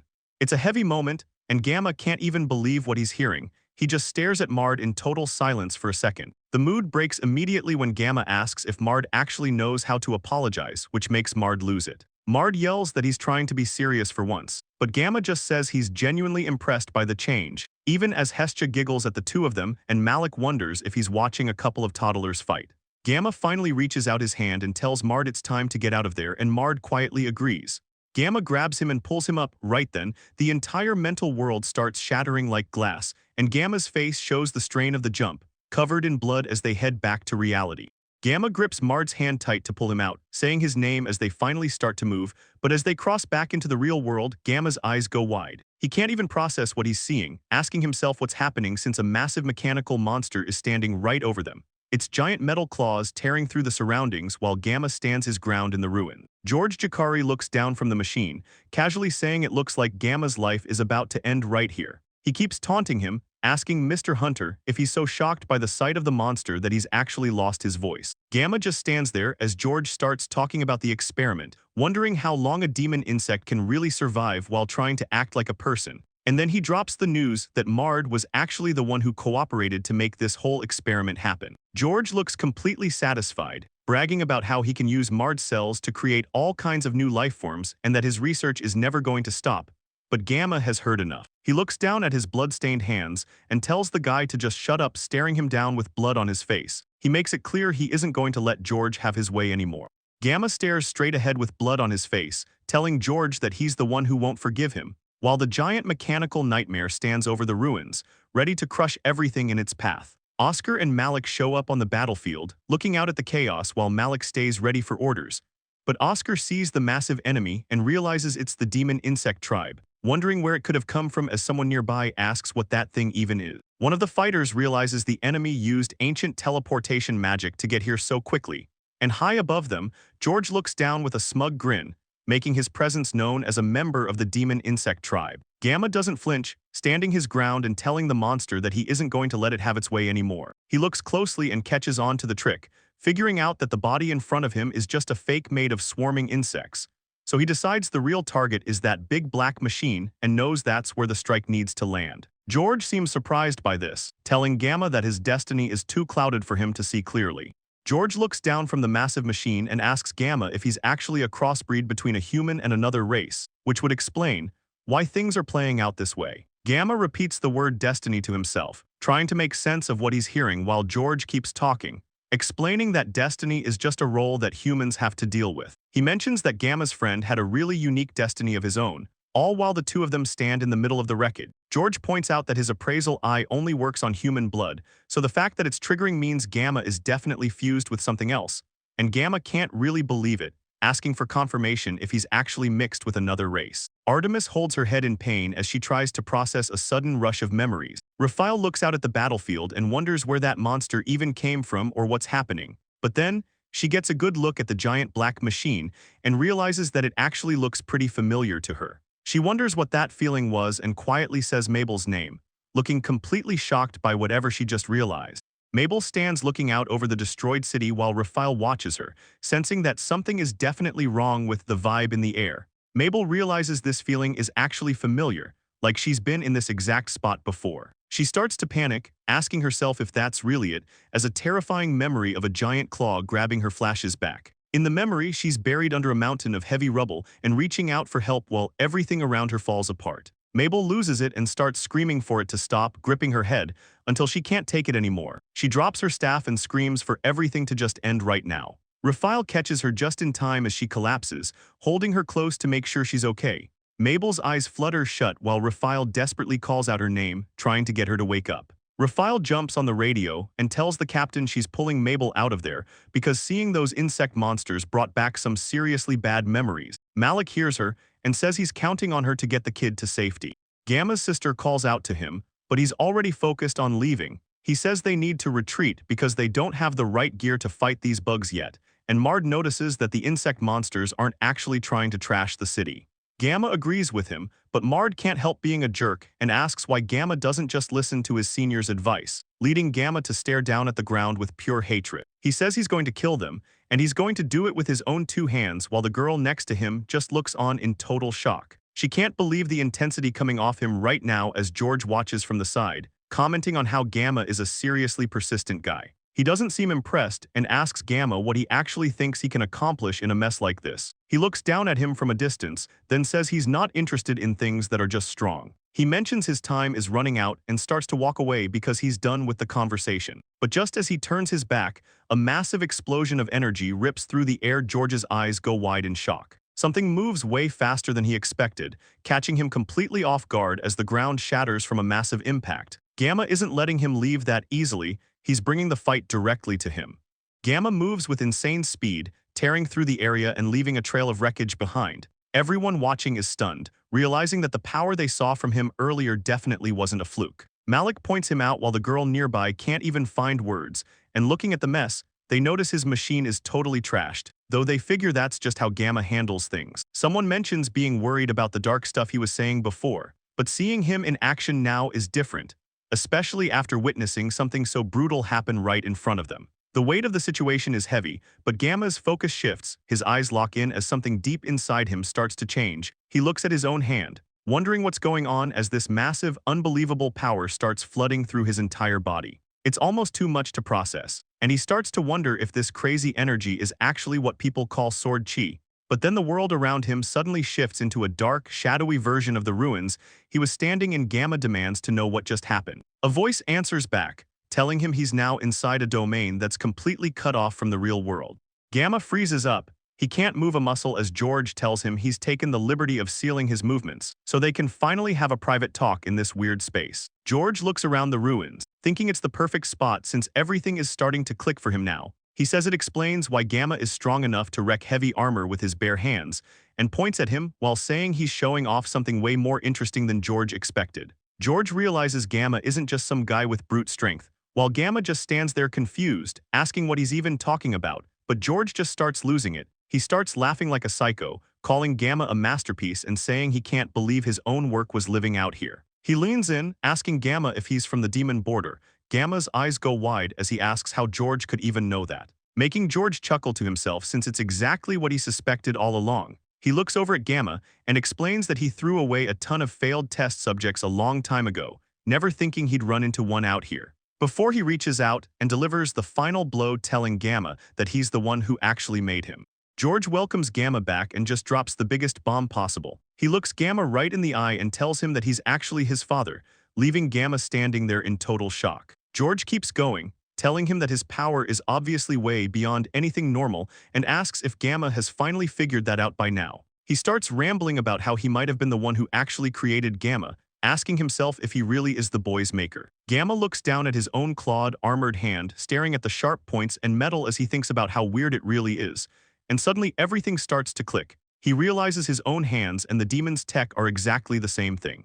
He flashes back to his sister Felis's symptoms from years ago, remembering her lying there in pain while their foster parent Genkoji watched over her, making young Gamma panic as he told Genkoji that something was wrong with her. Genkoji couldn't understand why a kid was suffering from the same disease as all the adults in the village, wondering if it was some kind of local sickness that didn't care about age. Back in the present, Gamma finally gets it. Felis's symptoms weren't a sickness at all, and his weird power was never actually Sword Kai. He looks on in horror as he realizes that what happened to everyone in the village, every single person, was all part of George's plan.